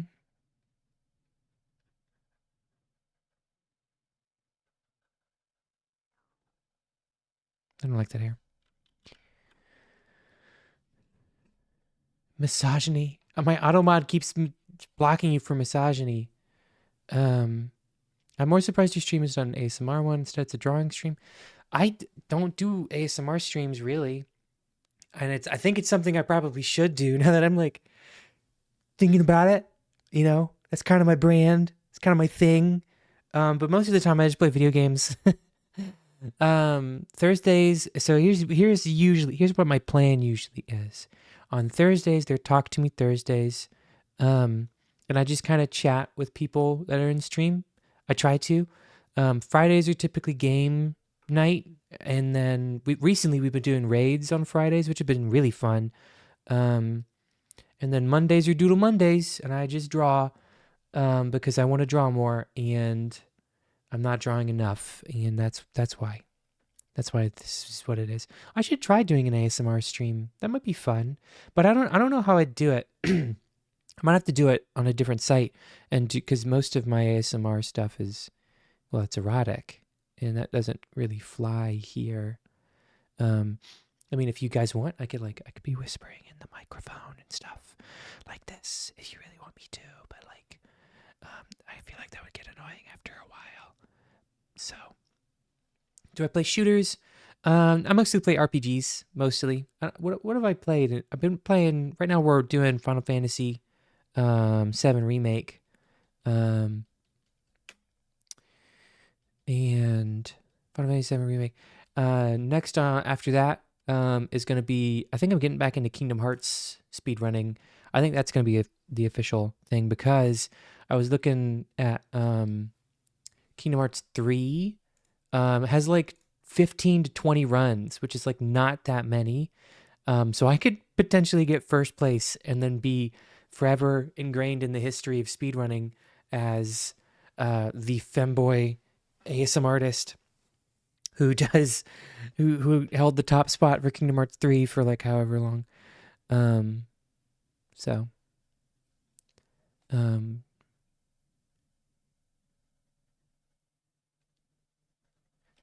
I don't like that. The entire chat will just be nutting. Draw more, or else I'll tell Big Joe in the White House. Do not tell Joe Biden that I'm not drawing. Don't tell him. That's a secret. It's a secret. Am I a femboy IRL? As much as I can be. I don't live in a particularly safe space, so I'm not always femme presenting. But I do like to be girly when I get the chance. And then a little bit of hair.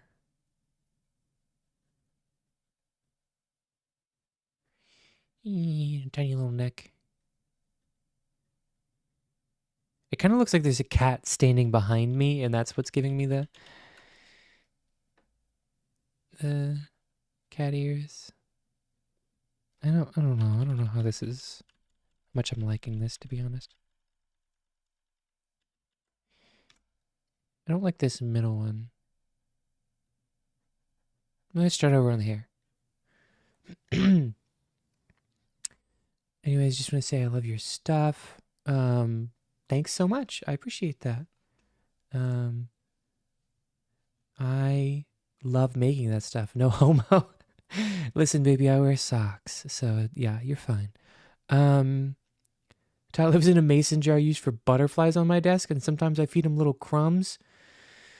Yeah, I'm a hungry little boy. A growing hungry little boy. Eventually, supposedly, I'll end up in a chrysalis and I'll come out a real woman. But until that day,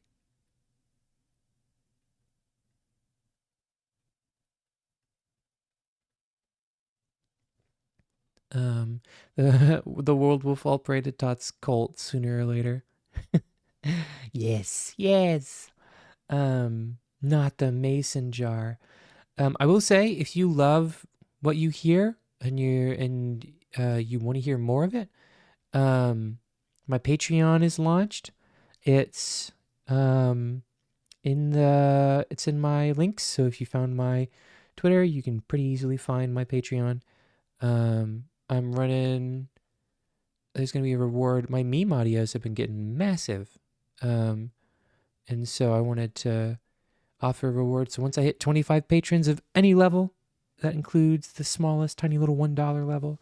Once I hit that many patrons, I will do a live Patreon exclusive stream of me making a meme audio from scratch. So I'm excited about it, but if you want to hear more of me, if you want me to keep making this stuff, that's the best way to support me. And I mean, obviously following is fantastic and I appreciate every follow. But if you want me to be able to continue making these, then, the Patreon is the best spot for that. It gets you the most back, and the most control. Actually, you get some semblance of control over what I post too. My next poll for content is going out this week, and it'll be for the next exclusive audio that's coming out, not this week, but the following week. Oh, my tummy rumbled. I'm hungry. But yeah, that's the best place to support me. For as little as $1, you can be a part of what makes me make funny noises. So that's my once a week mandated Patreon plug in Twitch. So you won't hear me talk about it anymore, unless I feel like it. Or maybe I'll do a second one. I don't know. But yeah, that is the best way to see more of me, because if I can't start making money doing this, I have to stop. I won't have time. I'll have to pick up a job because I'm moving and my rent is going to be increasing by a lot. So I'm going to give myself a tiny little neck again. I look like a really gross baby. How can I fix? Hair. Hair.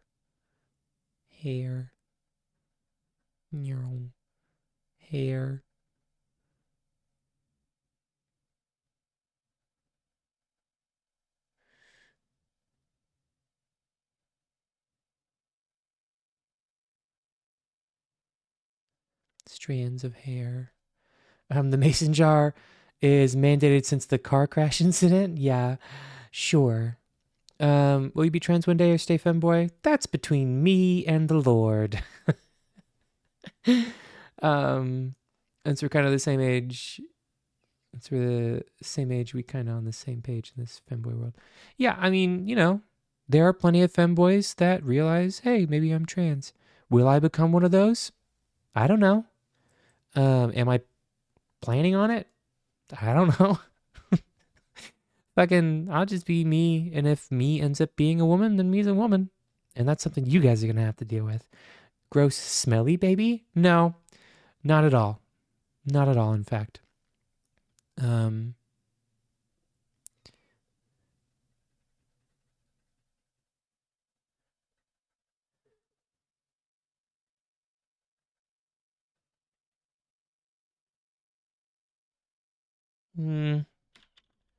don't like the hair on the left. I did like that I highlighted everything.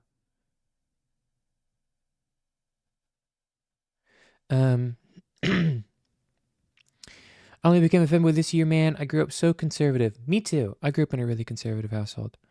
But I grew up in a really conservative part of the nation. And so I didn't realize I was, LGBT until well into college, probably 2 years into college. It's a funny story. I was literally living in a closet when I came out of the closet.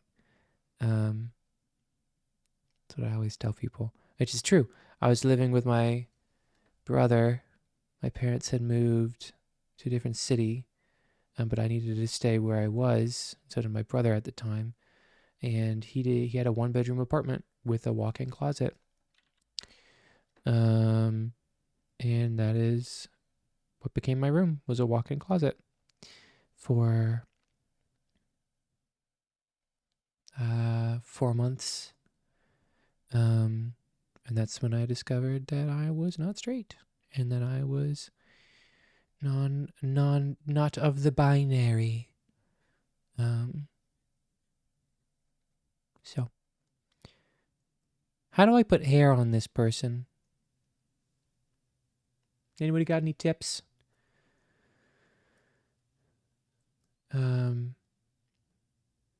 The conservative to gay pipeline is crazy. I remember being an edgy 13-year-old boy saying cringe right as shit. And here I am boy kissing. Yeah, you're a boy kisser. I remember being 13 and watching Ben Shapiro crushes liberals compilation 16. And here I am 10 years later dressing up like a woman and moaning into a microphone. So, you know, times change, people change, world changes. It's all good. I gotta get hair on the front side of his. I gotta get the fucking bangs.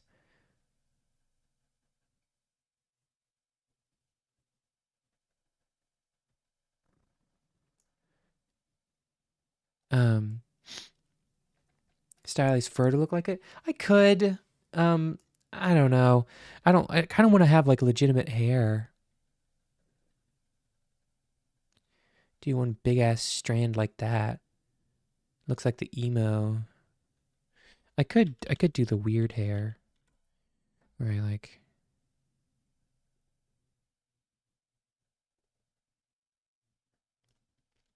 do something like that.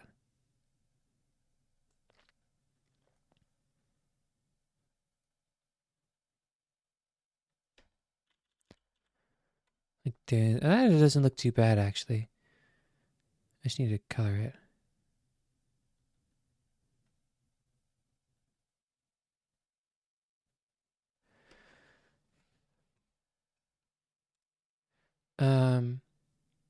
It's only a matter of time for Ben now. Who's Ben?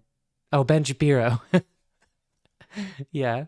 I was in the anti-feminist pipeline as a teen. Now here I am as a rainbow man. Sucking cock is great. Just can't help it. I went to Catholic school all my life. Listen, Catholic school is probably the number one place people learn to suck cock. So I'm not surprised by that. Yeah. I know more gay people that came from like Catholicism, than anywhere else. And maybe, just maybe, it has something to do with the large amount of like oppression in those areas. You know, like I feel like it's the bounce back. Like, you know, like you spend so much time being told you can't be this thing that when you get an opportunity and like, you know, fitting you into a tiny little box, that when you kind of get out of that and get to move past it, like you bounce back way hard and you end up going that like the pure opposite direction. It's happened to a lot of people. Some people go like nuts, go insane.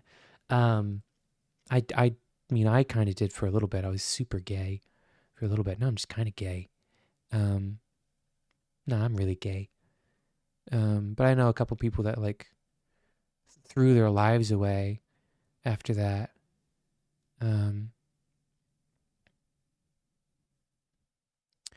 And like they're like living on the streets now. But I think that's part of it.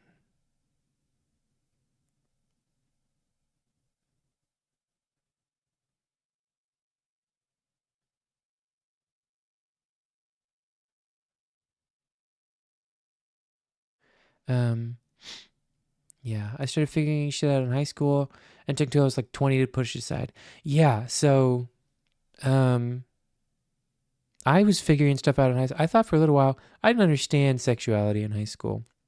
No one explains it, like right, like no one tells you. Um, at least not where I lived.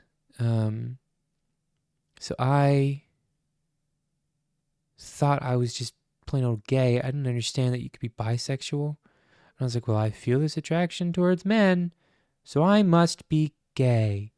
And so I went around telling people I was gay. Or I didn't really go around, but it got out that I was kind of gay. And then people kind of just like forgot about it. And then um my first real love, I'll say it.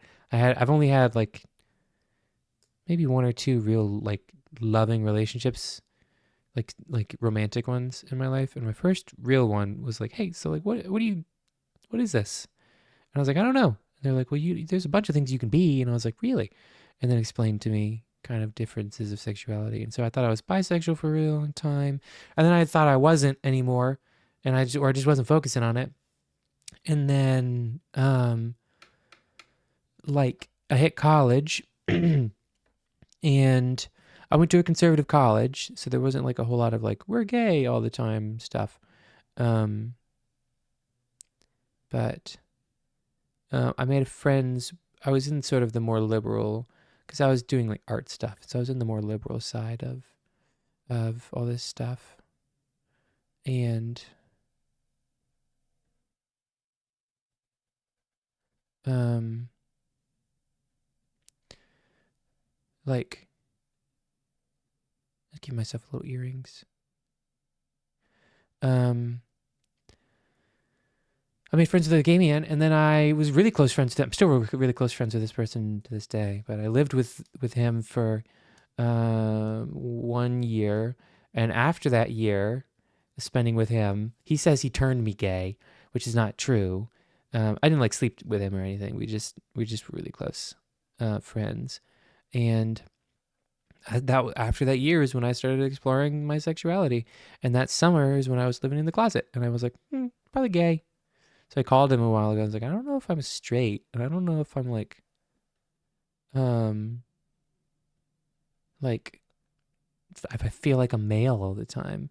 And then he was like, yeah, that's fine. What do you feel like? And I was like, I don't know. He's like, you want to try different pronouns? And I was like, sure. And I tried it, and pronouns don't really bother me. A lot of people are real strict about pronouns, and that's great. I mean, you know, label yourself however you want, call yourself whatever you want. I personally, I can give two shits what pronouns you use for me. I kind of use them all interchangeably. But I've realized that I'm gender fluid. So I am um, like mostly, I don't know. It depends on the day, right? Like every day I wake up a little different, but I'm mostly feminine these days. But there have been times in my life where after I realized I was gender nonconforming that I was like, kind of feel like a boy. Um, and that was okay. I know who I am. I feel like who I am, and I present myself in the way that makes me happy, and that's all that matters. Um, but I'm not like super strict about pronouns. I say they them when people ask, but also I've used she her for a while, and um, I've used he him for like most of my life. So it doesn't bother me when someone genders me a certain way. They can gender me however they want. They can do whatever the fuck they want. This is literally me. If you even care, if you even care. Um, um, let's see. I'm not leftist or anything. I don't care about politics. I'm just gay. That's mood. Um, I'm lucky though. My dad, although super conservative, was cool with me being gay. Yeah, none of my mom knows I'm like gay or I'm pansexual, but she knows that I'm pansexual. Well, she doesn't know I'm pansexual. She knows that I'm not straight, basically, and she's been really cool about it. Like, but my dad is not the kind of person that I'm going to be telling anytime soon. I would probably tell my dad if I had a boyfriend that I was serious about, and then I'd be like, "Hey, I got a boyfriend, not a girlfriend." Um, and or like a partner if it's like if I'm dating someone non-binary. Um, but I would definitely not just tell my dad any for random reasons for shits and giggles. Um, that's an ear. I can't quite get the ear to. There we go. Um, So yeah. So I get that. Personally, sexually speaking, I'm closer to pan, but more male and androgynous leaning. For romance, due to some stuff, I can't really deal with certain stuff, so I only really feel comfortable around other queer people. This shit's a spectrum and confusing, so you know how it is. Yeah, I get that. Um, I, um, I'm definitely I'm more attracted to people in the middle of the gender spectrum than anything else. Goddamn, androgynous people can fucking get it, man. You know what I mean? They're hot. Like if I can't tell what's going on, you know, that's exactly I like the mystery. It's really hot. Um, I get that though. And also the dating queer people thing, yeah. I don't really want to be in a relationship with a straight woman that's like completely straight unless they're like I don't know, like super ally because it's tough. I just don't want I don't know. It would have to be the right person. But it's all and that's really kind of what everything is I don't really care a whole lot about what's going on underneath all those clothes. I just care about who the person is. Um, I understand why we label things around this, but I wish we didn't sometimes. I just want to be me. I get that, and I'm the same way. Everybody's allowed to label themselves. Everybody has um, the ability to say whatever they want about themselves and be whoever they want to be. But um, yeah, it's just about how what makes you happy, you know. Um, this is who we're calling Steamkey. No, this person does not smell bad. This person smells great. Um, Yo, Tatsona. Yeah, pretty much done at this point. Pretty much done. No offense, but what the fuck are you drawing? Me. That's me. You callous cunt. I'm just kidding. Um, it's me. It's me. If you even care. Do you even care? Um, I was really wasted one night and came out to my parents over the phone. I was really lucky they were so accepting, but God, I do wish I had some more tact about it. That's funny. What a fun way to come out, though. Yeah, this is literally me. How adorable am I? I don't stink though. She smells like flowers. I'll draw a flower around her so you know she smells like flowers.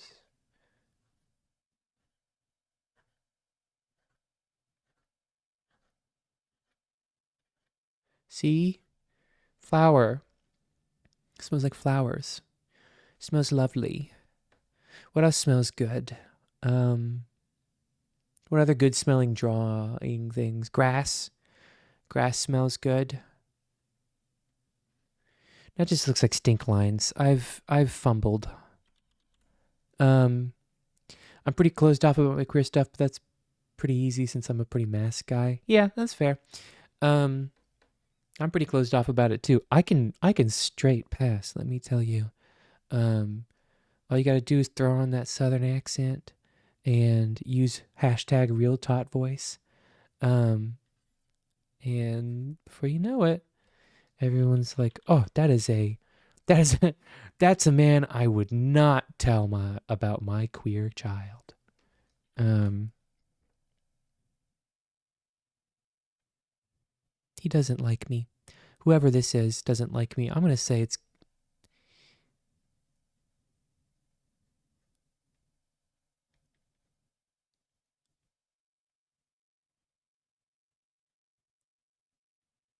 that's Guilford. Um, just way easier to play off being a straight mask guy down here since you know Bible Belt. Yeah, you just gotta mention Jesus and everybody's like, that person couldn't possibly be queer. um, yeah, you know, never mind. I've got a secret that I was gonna tell you guys, but I'm not gonna tell you guys the secret anymore. That's me. That's me. We're gonna grab it. We're gonna grab it, make it large.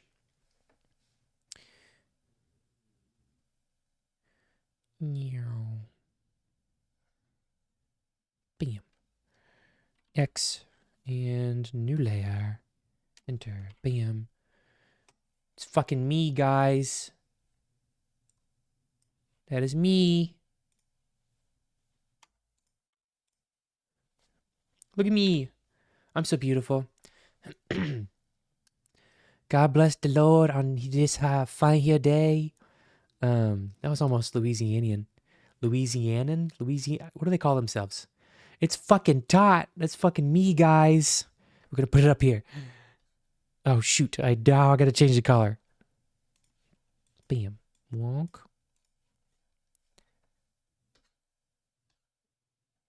I have terrible handwriting. Don't judge me.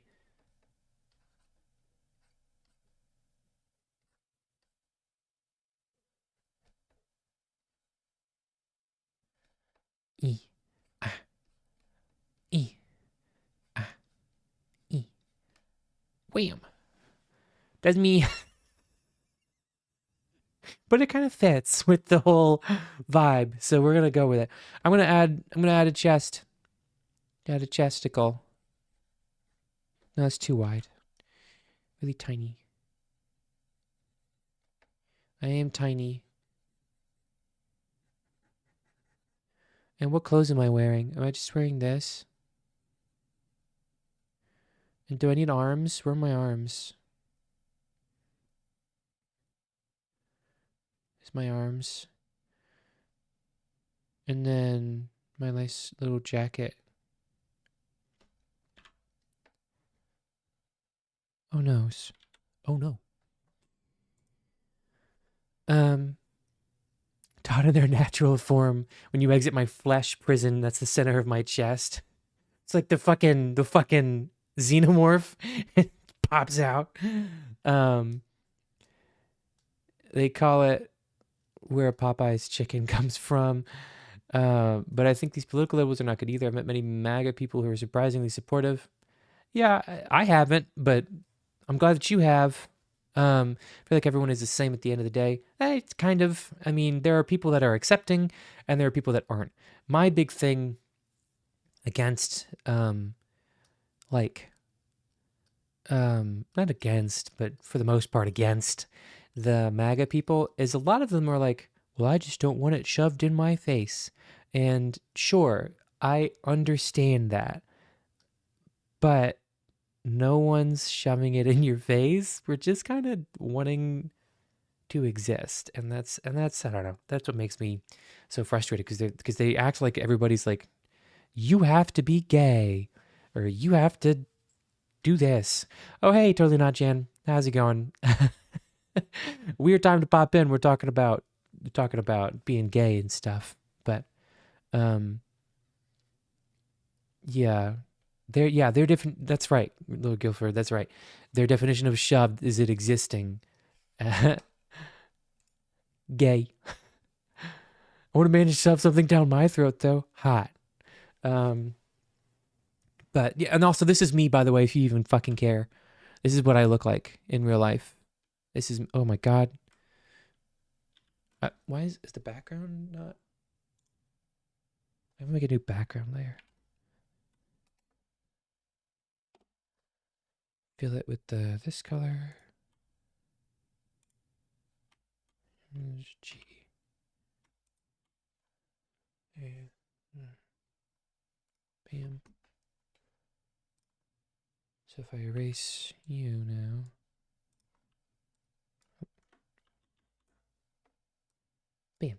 Bam.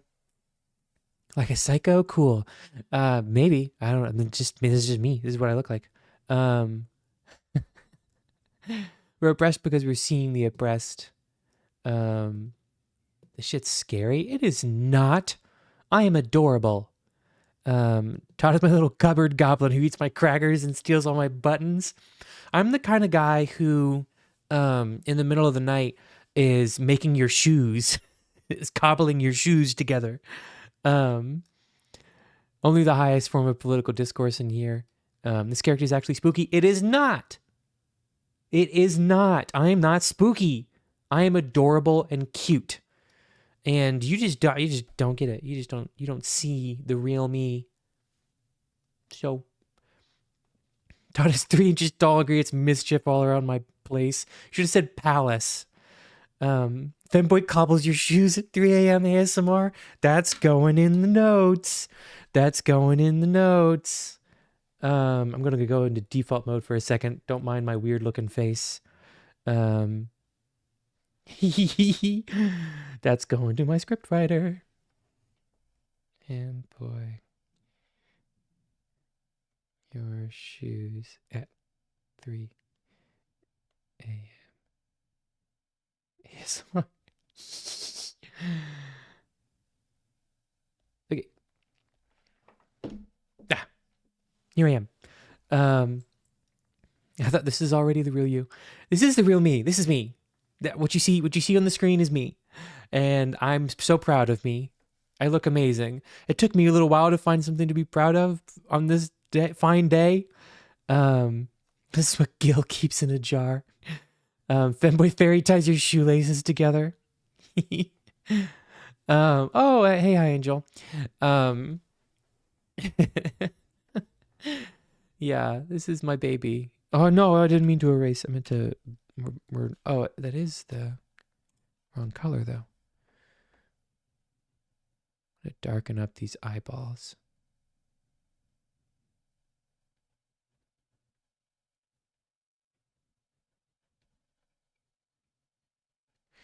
No.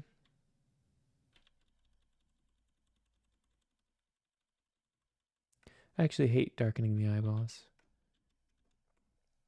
I don't know what else I can add. I could probably darken the stuff. Rango? No. Although it kind of does look like the girl from Rango. Just been here in my 4-hour art class. That's a mood. That's a mood. I've taken those. Rango girl. Looks like beans. Hold up. Hold up.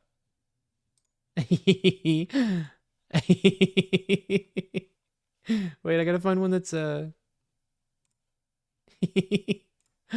up. No, go back. Go back. Let me save you. No, not link. Save the image.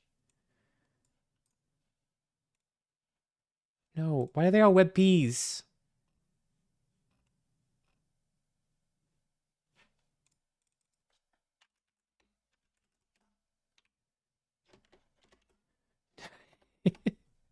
Hold on. I can't see what you guys are saying.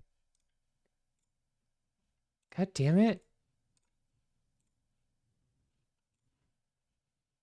Fucking fine. I'll figure it out.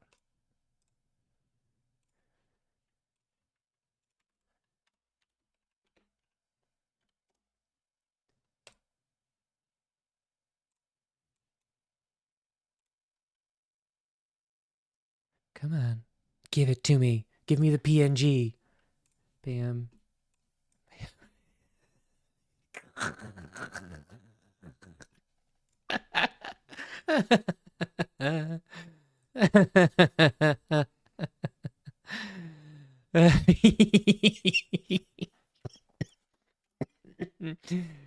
This is me if you even fucking care. If you even care. Not only eats pure uranium, it keeps threatening to give me cancer if I don't give them thumbtacks. For how long have I been doing Patreon? Really recent. This month. It launched this month. I don't even think I've paid out yet. So, yeah, I have, I think 10 total patrons right now. You'd think I'd have that number locked down. 9 total paid, 12 including followers.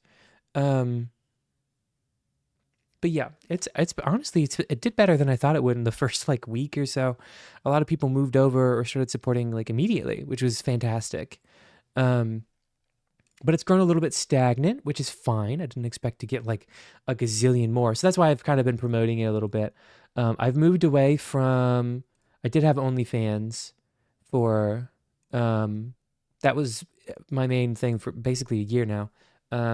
It's been OnlyFans, but I've moved away from that, moving to Patreon, just for a lot of reasons. I made a video on it. It's on my YouTube, and explaining sort of more in detail. But actually, the rewards have changed since that video already. I've added a couple things for the $1 tier, but Blink twice if you need help, Gil. No. You've seen this coming from the Discord. Jazz, you can't say this is surprising. Exactly what you're talking about. I know. I knew it. I knew you were talking about beans. OnlyFans would be better if it was only crayons and the content related to crayon cocktails. The funny thing, you mentioned that a lot of OnlyFans, what they promote is like cooking channels. Apparently, there's quite a few like cooking and related stuff on OnlyFans where models will like cook and they'll be like, "This is my recipe," and then you're like, "It's not," but like you can pretend that it's your family recipe, but we all know that someone in a producing agency gave you that recipe and taught you how to make it. But that's okay. And there's also a lot of porn. So they keep trying to move away from not safe for work and their image, and they just cannot for the life of them. Well, that's just, what it is. And then you look at Fansly, who's their competitor, who's like, yeah, we're not safe for work. That's what we do. And they're doing fantastic. In fact, a lot of not safe for work like creators, like mainly VTubers, but a lot of not safe for work creators have been moving over to Fansly because it's much more accepting and it's better for, like, they allow tiers like Patreon does, and they have a lot of control over like content and live streaming and stuff like that. If I post more on the hub, you'll grow for sure. That's what I thought too. My hub videos haven't been doing too great lately. And that's, I've been posting less on the hub, like a lot less on the hub lately. That's just because I've been doing other stuff. And but it is what it is. But they're not doing fantastic. I've had, like, my older videos used to do really, really well. My newest videos, not really doing very good at all. But I did open a Soundgasm for Reddit. You gotta head out. Okay, bye. Have a good day, Gilly. I'm gonna be heading out. It's pretty soon here too, about 45 minutes. Because I got that doctor's appointment. But yeah. But the hub videos have been doing great. One of my videos a long time ago got featured. Got featured on the front page of the hub, and that did crazy numbers. I did insane numbers, and that video still to this day is my most viewed video of all time. But it's not monetized because the hub is awful. They did the rudest thing. I've talked about it a bunch before, but as soon as I made enough money to pay out, they audited my channel and made up some bullshit reason for some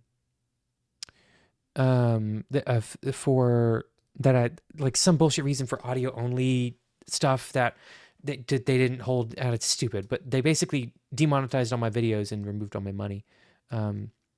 So yeah, so I can also see all the old stuff you had. Yeah, all of my content, my full catalog is on Patreon. Every single bit, every single audio I've ever done is on Patreon, excluding the Patreon announcement video. It's all on Patreon. And that was purposeful. I wanted to have the whole catalog on there. That's why it took me a little while to get to it, because I was dreading moving everything over. But honestly, Patreon is so user friendly. It was really, really easy. And I loved it. It was a really easy move for me. And I love their systems way better. But yeah. Oh, did I disconnect? Ooh, shoot. I disconnected from chat. I don't know if I'm still live. Hello. It's raining out here right now, so my Wi-Fi probably isn't the best. Let's see. We'll pick a fun song. That's a fun song. Thank you. I appreciate that. There's a bunch of tiers. Each tier has extra content. The only tiers that aren't super fleshed out right now are the top 2 tiers, and they're kind of, honestly, I just kind of put them there in case anyone was like, I really want to give this. But they will be fleshed out in the future. There are things that I'm working on offering that I don't have done yet, that I'm very excited about, but will be added to those tiers in the future. but for the time being, they're just kind of, if you love me. And I'm not expecting really anyone to do that. Honestly, no one's even done the behind the scenes one yet, which is surprising to me. I thought at least one person would have done it by now, but everybody's kind of just doing the standard one. But that's fine. It's a good price. It's got good content. It's the reason I made it. So, but I would like it if someone would, do the. I don't like my eyeballs messed up now. Is the behind the scenes one. Is that the 12? That is the $12 one. Yeah. That was my old price, was $12. And I lowered the price of my main one so that the $12 one could be, because initially it was going to be everything was the same price, and that was going to be $15. And I talked with some people and I looked at some other creators and I was like, honestly, that's kind of really expensive. I don't think that my stuff is worth that much money. It was initially because I didn't know the market. I didn't know the market too well, and I didn't think about that. And also, I just needed the money, so that's why I put it at 12 initially. I've actually been taking cuts on OnlyFans because they take big cuts. I've been taking a hit on my revenue from OnlyFans because I wanted to lower the price everywhere. But I've also seen more people subscribe in this time, so it is what it is. I just wish people would stop. Like, I put a big read this before you subscribe thing on the top of my profile, and it's like the first thing you see, but people are still subscribing to the OnlyFans, but it's fine.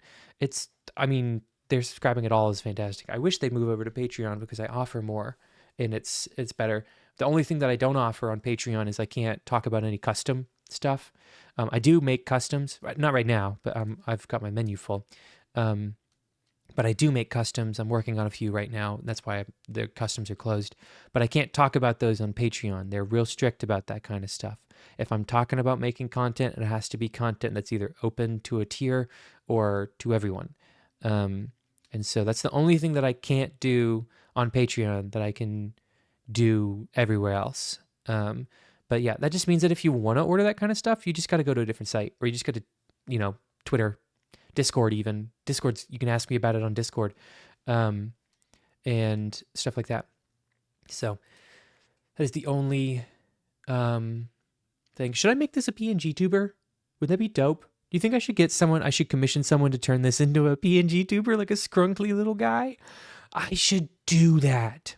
I should ask my artist. But yeah, the behind the scenes one's really fun.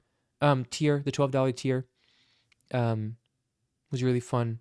But I have a lot of fun doing behind the scenes stuff now. I never did behind the scenes stuff before. It was just like done. But I like the behind the scenes. I've got one out. I made sure that before I launched my Patreon, everything that I said I'd offer was already on it and able to be seen. So there's already a set of outtakes and behind the scenes for all of the stuff pretty much from December. There's already a script out for you to look at and read if you do that tier. There was a poll out. There was a meme audio on the way. And all that stuff, and my whole catalog of content, of course. But that was a big thing. And I've got another one's actually on the way right now. I'm in the middle of finishing a recording for Tuesday, and then once Tuesday's is done, I'm gonna lump last week's exclusive and this week's open to everybody. This quickie. I'm gonna lump those together, and those outtakes kind of condense everything down and make another one of those that's going to be going out later at the end of the week. I'm trying to think. Yeah. And then the 25 patron thing whenever I hit 25 patrons of any tier. So I'm really excited about that. I think it'll be a lot of fun to make that live and then have you guys get some sort of input. But that it will be a Patreon exclusive stream that won't be on Twitch. It'll be on Patreon on their stream hosting services. But I think it'll be a really good time. I don't know. I should flesh out the bottom a little more. I should give myself real arms. Sleeve, arm,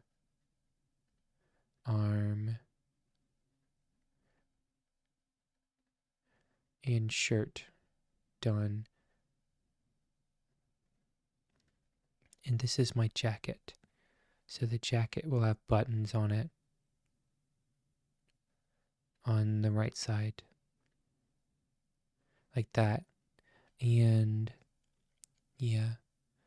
But I'll see if there are any artists that would be willing to turn this guy into I just need two. I would like to have one like with a mouth flappy. Would be fun. But I'll check and see if there's anybody that's comfortable doing sort of something in this style for me, doing a couple different versions. And then maybe I'll make some more emotes with it. That'd be fun. I'm not good at coloring, so I'd have to pick some colors. I guess I could try coloring it. No, I don't think I should try coloring it. I'd just mess it up and make myself sad. So I think that's what would happen. Plus, I did it dumb and like made this whole thing white. I guess I could do no, because I did the pencil. Oh, I'm so dumb. We'll see. We'll see what happens. We'll select color range, bam, and then delete, and then Control D. And if I was to, I don't know, pick a layer beneath it and draw like pink. That works pretty good. There's a hole over here in my art. I drew a little hole. Little hole.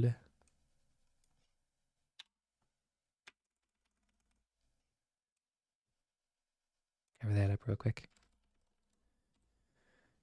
I guess I could try coloring. We'll see. Let's just try it.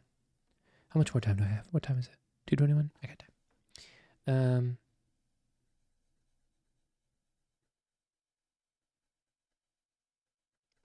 This is my coat. My little jacket.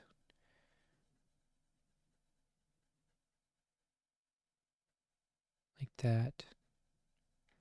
And like this.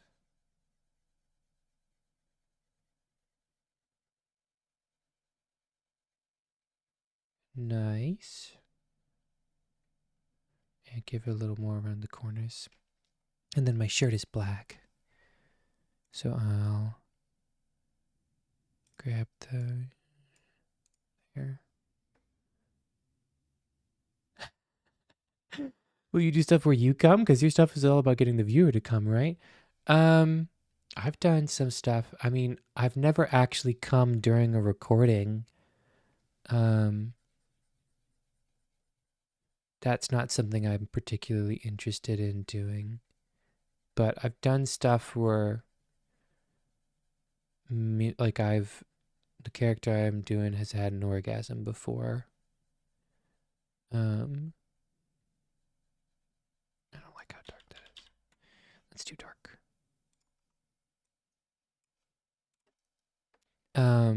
I have done some of that. I couldn't tell you off the top of my head which ones they were.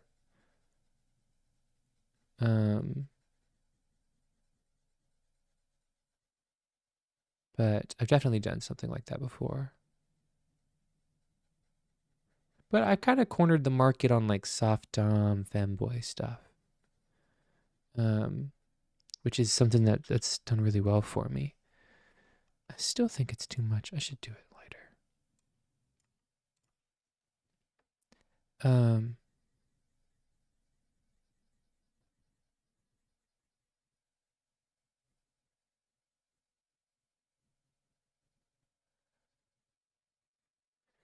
But yeah. But if you're looking for something in particular, once I open customs back up, you're welcome to commission me for it. And I need my skin color.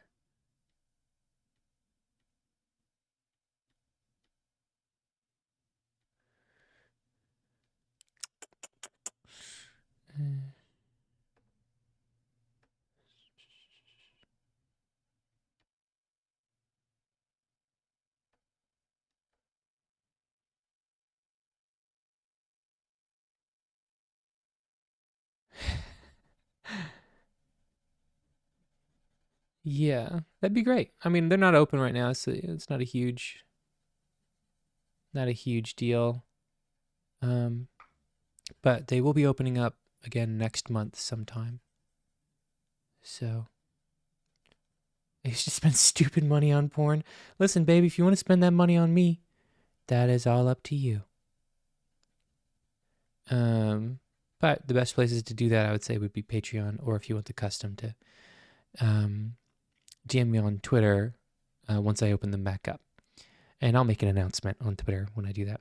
So, and then I need to grab more pink.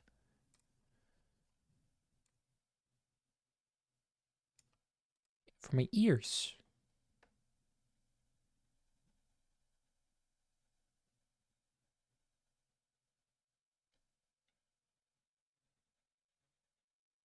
Nice.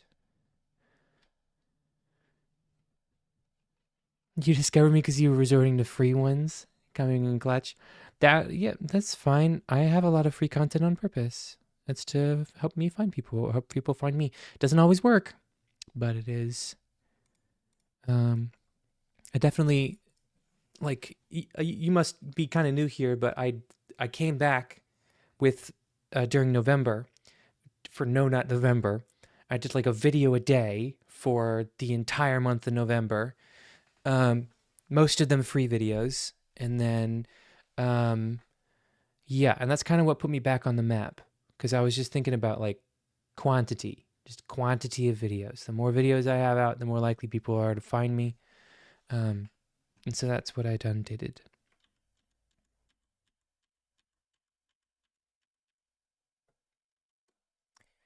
I need to find a better color for my skin.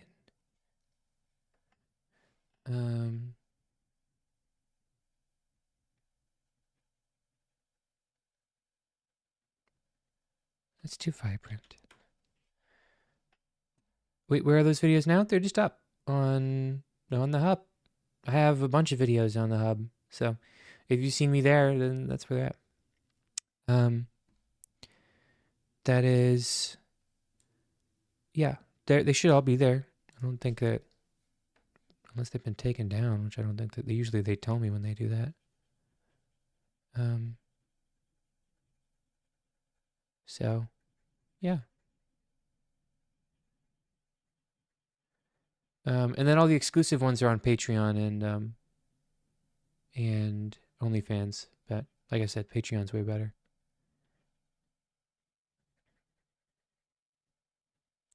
This is too close to the. I guess I should make the jacket more vibrant, huh?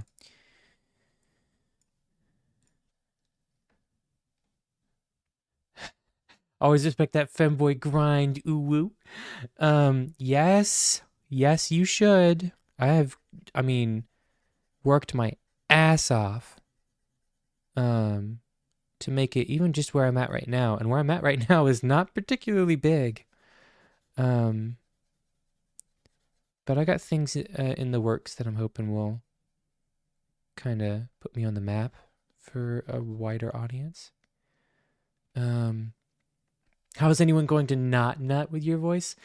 Great question. I don't know. Because they're fucking losers or something?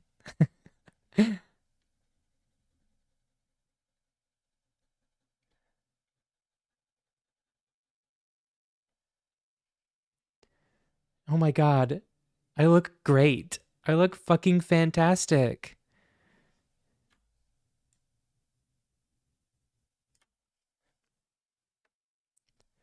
I'm looking forward to see what emotes you come up with this creature. You mean me? Don't call it a creature, it's me. It's not nice. I'm not a creature. Do you think I'm a creature? If you say yes, I'll cry. I'll do it right here on stream. No, I fucking hate that color. I was right mentioning ring. Shush. Creatures are good, thank goodness. Maybe I just erase. I'm just going to erase that. Up close and personal with the creature. That's not the right layer. Oh, it is the right layer.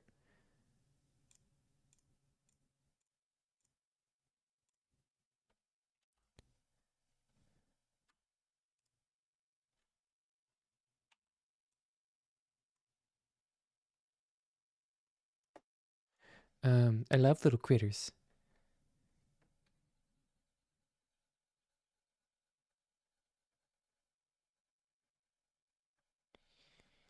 I should have done the color on its own layer, but I'm stupid. I'm a stupid, dumb, idiot bimbo who doesn't fucking know what to do.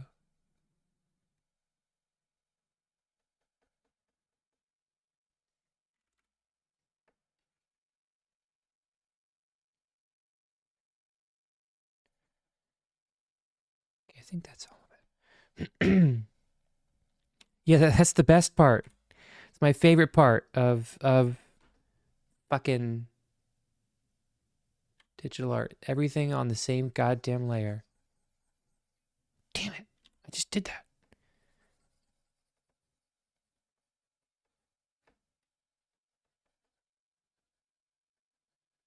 People are going to look at this and be like, this guy can't fucking draw at all.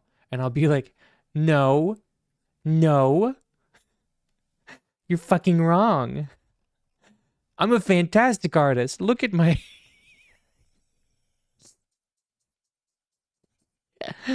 Look at me. Look at my art. I'm new. What the what? No, wait. This is the worst time to be new. Hi. How's it going? Uh this is my art. This is me. I promise I'm actually good at art. I think. But we've been just doodling. It's Doodle Monday, so we're just doodling whatevs. And I came up with this. So this is me. This is the new this is the new Sona. This would be in the Louvre? You think this will be in the Louvre? Right up next to the Mona Lisa. Fucking beams from Rango. I'm getting rid of that. Yeah, goodness gracious. What do you mean?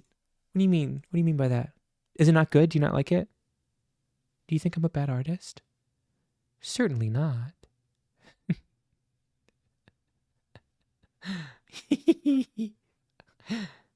You're afraid of what? Of who? You're not afraid of me, are you? This is me.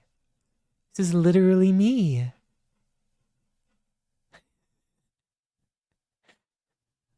You just don't understand me. No one understands me. Mm.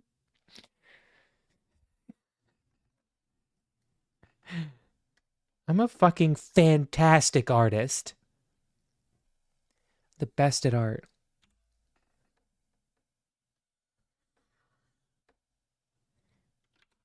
Oh, wrong layer. What fucking layer is this on? Oh, it's on the top. Oh my god. His skin. Now draw them doing their taxes. Okay, all right. Oh, their skin. Hold up. That gotta go first. Let's add a new layer. And we'll fill it with my favorite color of not color. And we'll do another layer because I'm smart. And this is the layer I'll draw on with my favorite almost black.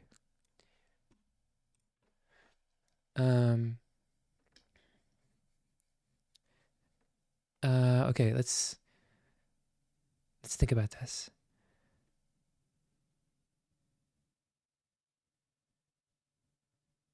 I'm trying to think about what angle I want to do it at and if I can picture it in my head. This is where all the box drawing comes in handy. Meow. No, that's too much. Do you have a few drawings I could show you to prove your true talents? Not on my computer. Somewhere in one of my sketchbooks. So that's what we were talking about earlier today. Is I'm a traditional artist by nature. I'm not really a digital artist.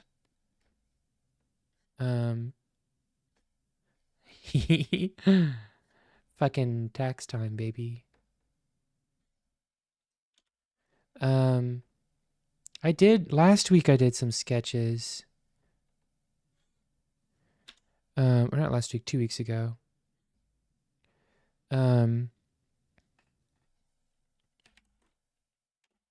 That were pretty good.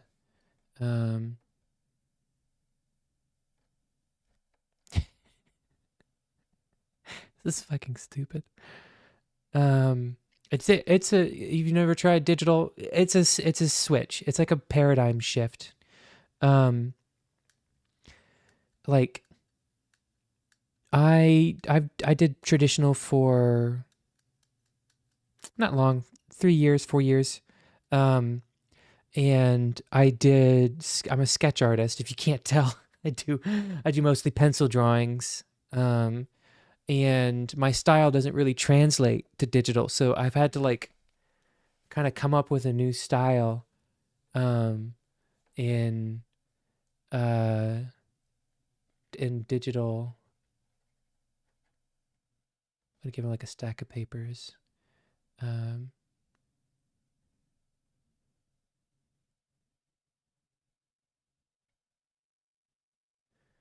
there's more papers.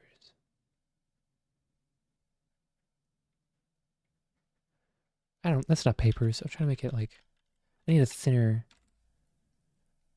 But yeah, it's this huge paradigm shift, and in the way that you have to draw, because my tablet is literally the size of my hand. It's small, and I'm used to drawing on like a decent to large sized sketchbook, or like sometimes even like like a big ass sheet of paper, or like canvas, and so trying to like you know how like you got to use your shoulder and not really your wrist when you draw because that's what gets better lines. It's like trying to do that but on such a tiny space and such a tiny way is really really difficult for me. Cuz like here, oh geez, from the top to the bottom of my screen is probably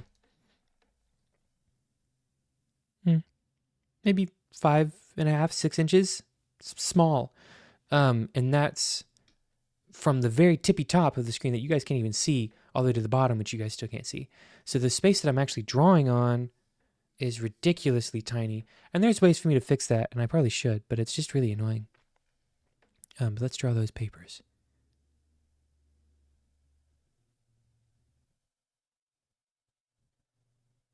I don't like this song.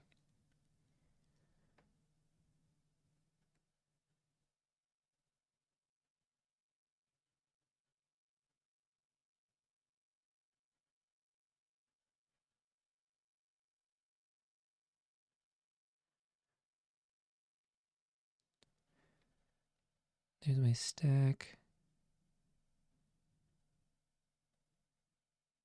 It's got like writing on it and stuff. It goes all the way down to the table. And there's like a bunch of papers on the table too.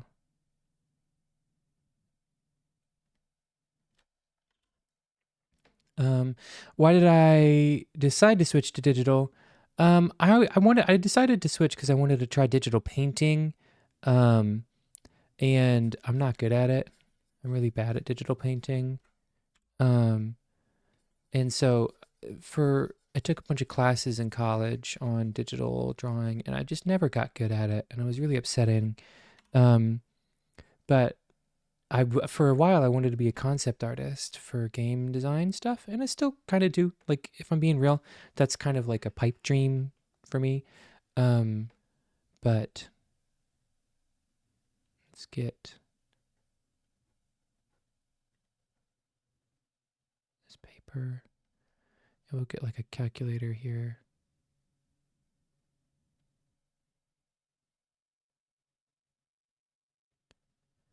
That's not right. I really wanted to paint, and I love concept art, and so that was kind of the reason.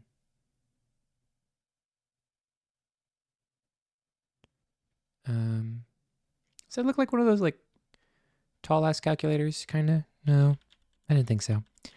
What if I do? You should do the What's the Hold up.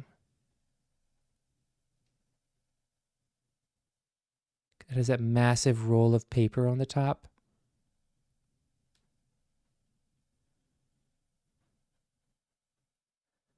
It doesn't look anything like fucking paper.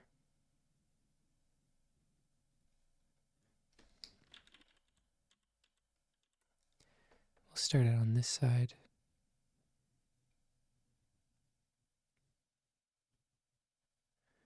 It looks so bad. I should do the table bigger. Why am I drawing this all so small? Okay, we'll grab this.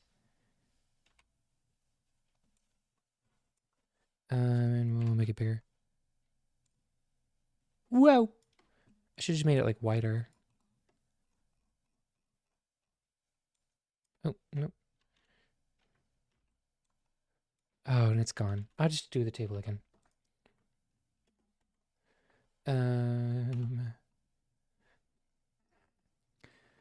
Let's see. I skipped some stuff in chat. A lot of exploring digital art I found was finding brushes that help mimic the traditional styles I was used to drawing. Yeah, I'm using a pencil brush right now because it looks more like pencil, so it feels like pencil. I already answered that. What kind of games would you like to do concepts for? I don't know. Really, any. Something about taking someone's idea and translating it visually is so interesting to me. And coming up with these spaces that exist. I did level design art for a while, which is less of like fucking drawing the areas and more of drawing like the actual design. So like if the level was like this shape, right? And there was like a hidden path this way. This is the kind of stuff that I drew. And so then I'd be like, well, there's this here, and I would path levels, and then game designers would, in theory, take that and translate it into an actual three-dimensional space. I've done a lot of that stuff to the moving to 3D stuff. Never done concept art though. I've never done stuff that's kind of more on the artsy side of that, than more of the logistical. I keep falling off the screen. I'm gonna move my. Whoa. I'm gonna move my left over. Of the logistical stuff side of that, where it's just like what's the physical space gonna look like in shape wise. So really any game. It's more the idea of working for it. I mean, fantasy would be cool. I'd love to do like Heartless concept for Kingdom Hearts, but you guys probably knew that.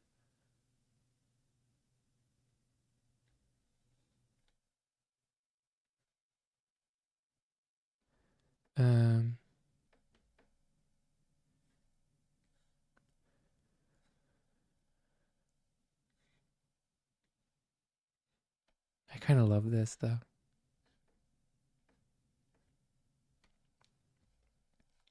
Then I'll grab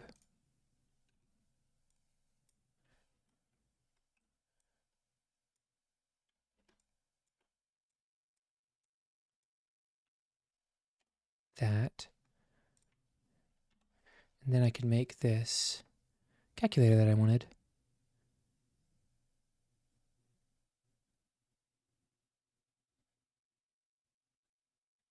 Much easier. And it's got the fucking thing out of it.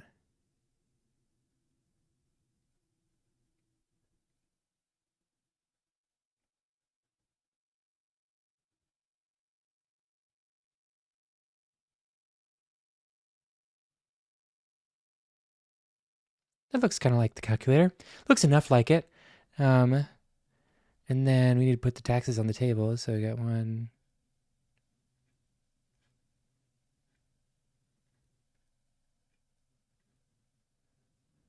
It needs to follow the perspective of this table. So it needs to be.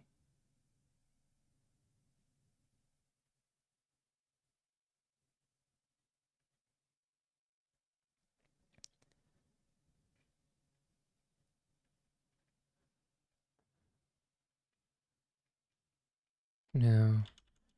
That one's because it's off center. It can go this way. But the main one needs to be, and then this needs to be a little shorter. Is that Pokemon music in the background? Technically, yes. It is a cover by Family Jewels. That is Family Jules. This was a playlist that I usually draw to, and I was like, why fucking change it? So, and then just a bunch of squiggly. I wonder how much of this is going to end up being covered anyway. But we'll do a new layer because I need to be smart about this. And then, oh, I need my reference back up. Can I get my reference, please? Oh my god. What the fuck happened down here? Oh, that was where Beans was. Get rid of that.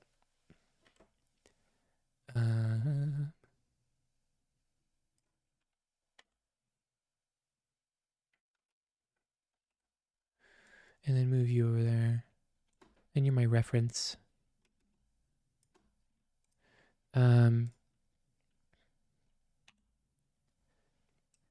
When you play Pokemon, would you yell at the moves your opponent like a real gamer?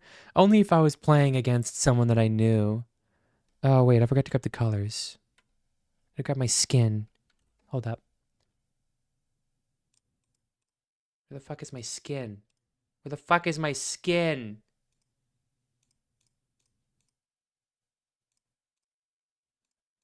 Did I delete my skin layer? Oh no, I spent so much time on my skin layer. Hold up. There it is. Oh, it's just covered.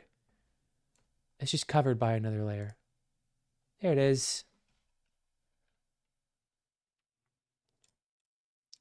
I'll put these next to each other.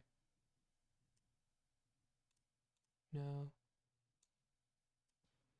Sorry, I'm like looking around my phone. So that's where my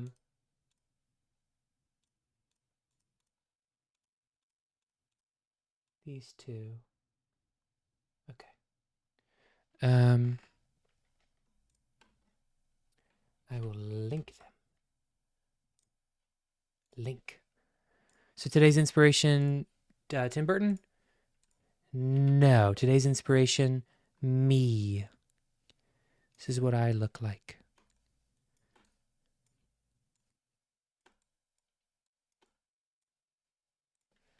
Um,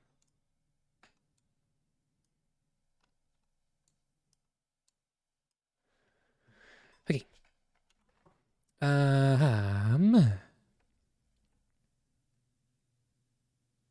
Cool. So I'll need to get back up on my top layer. Cool.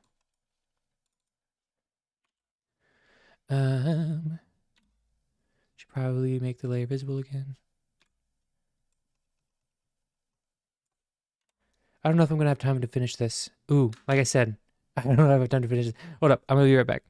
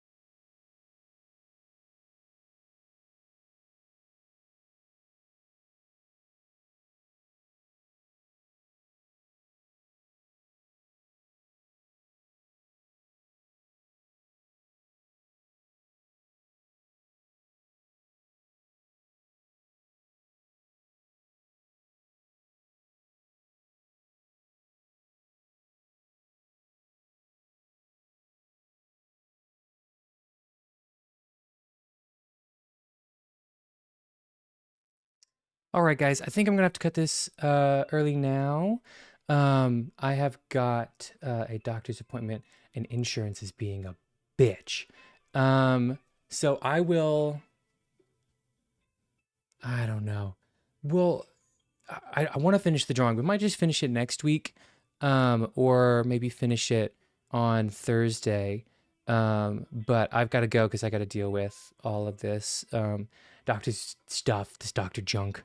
So thank you guys so much for stopping by. I had a great time today, and we will continue where we left off later.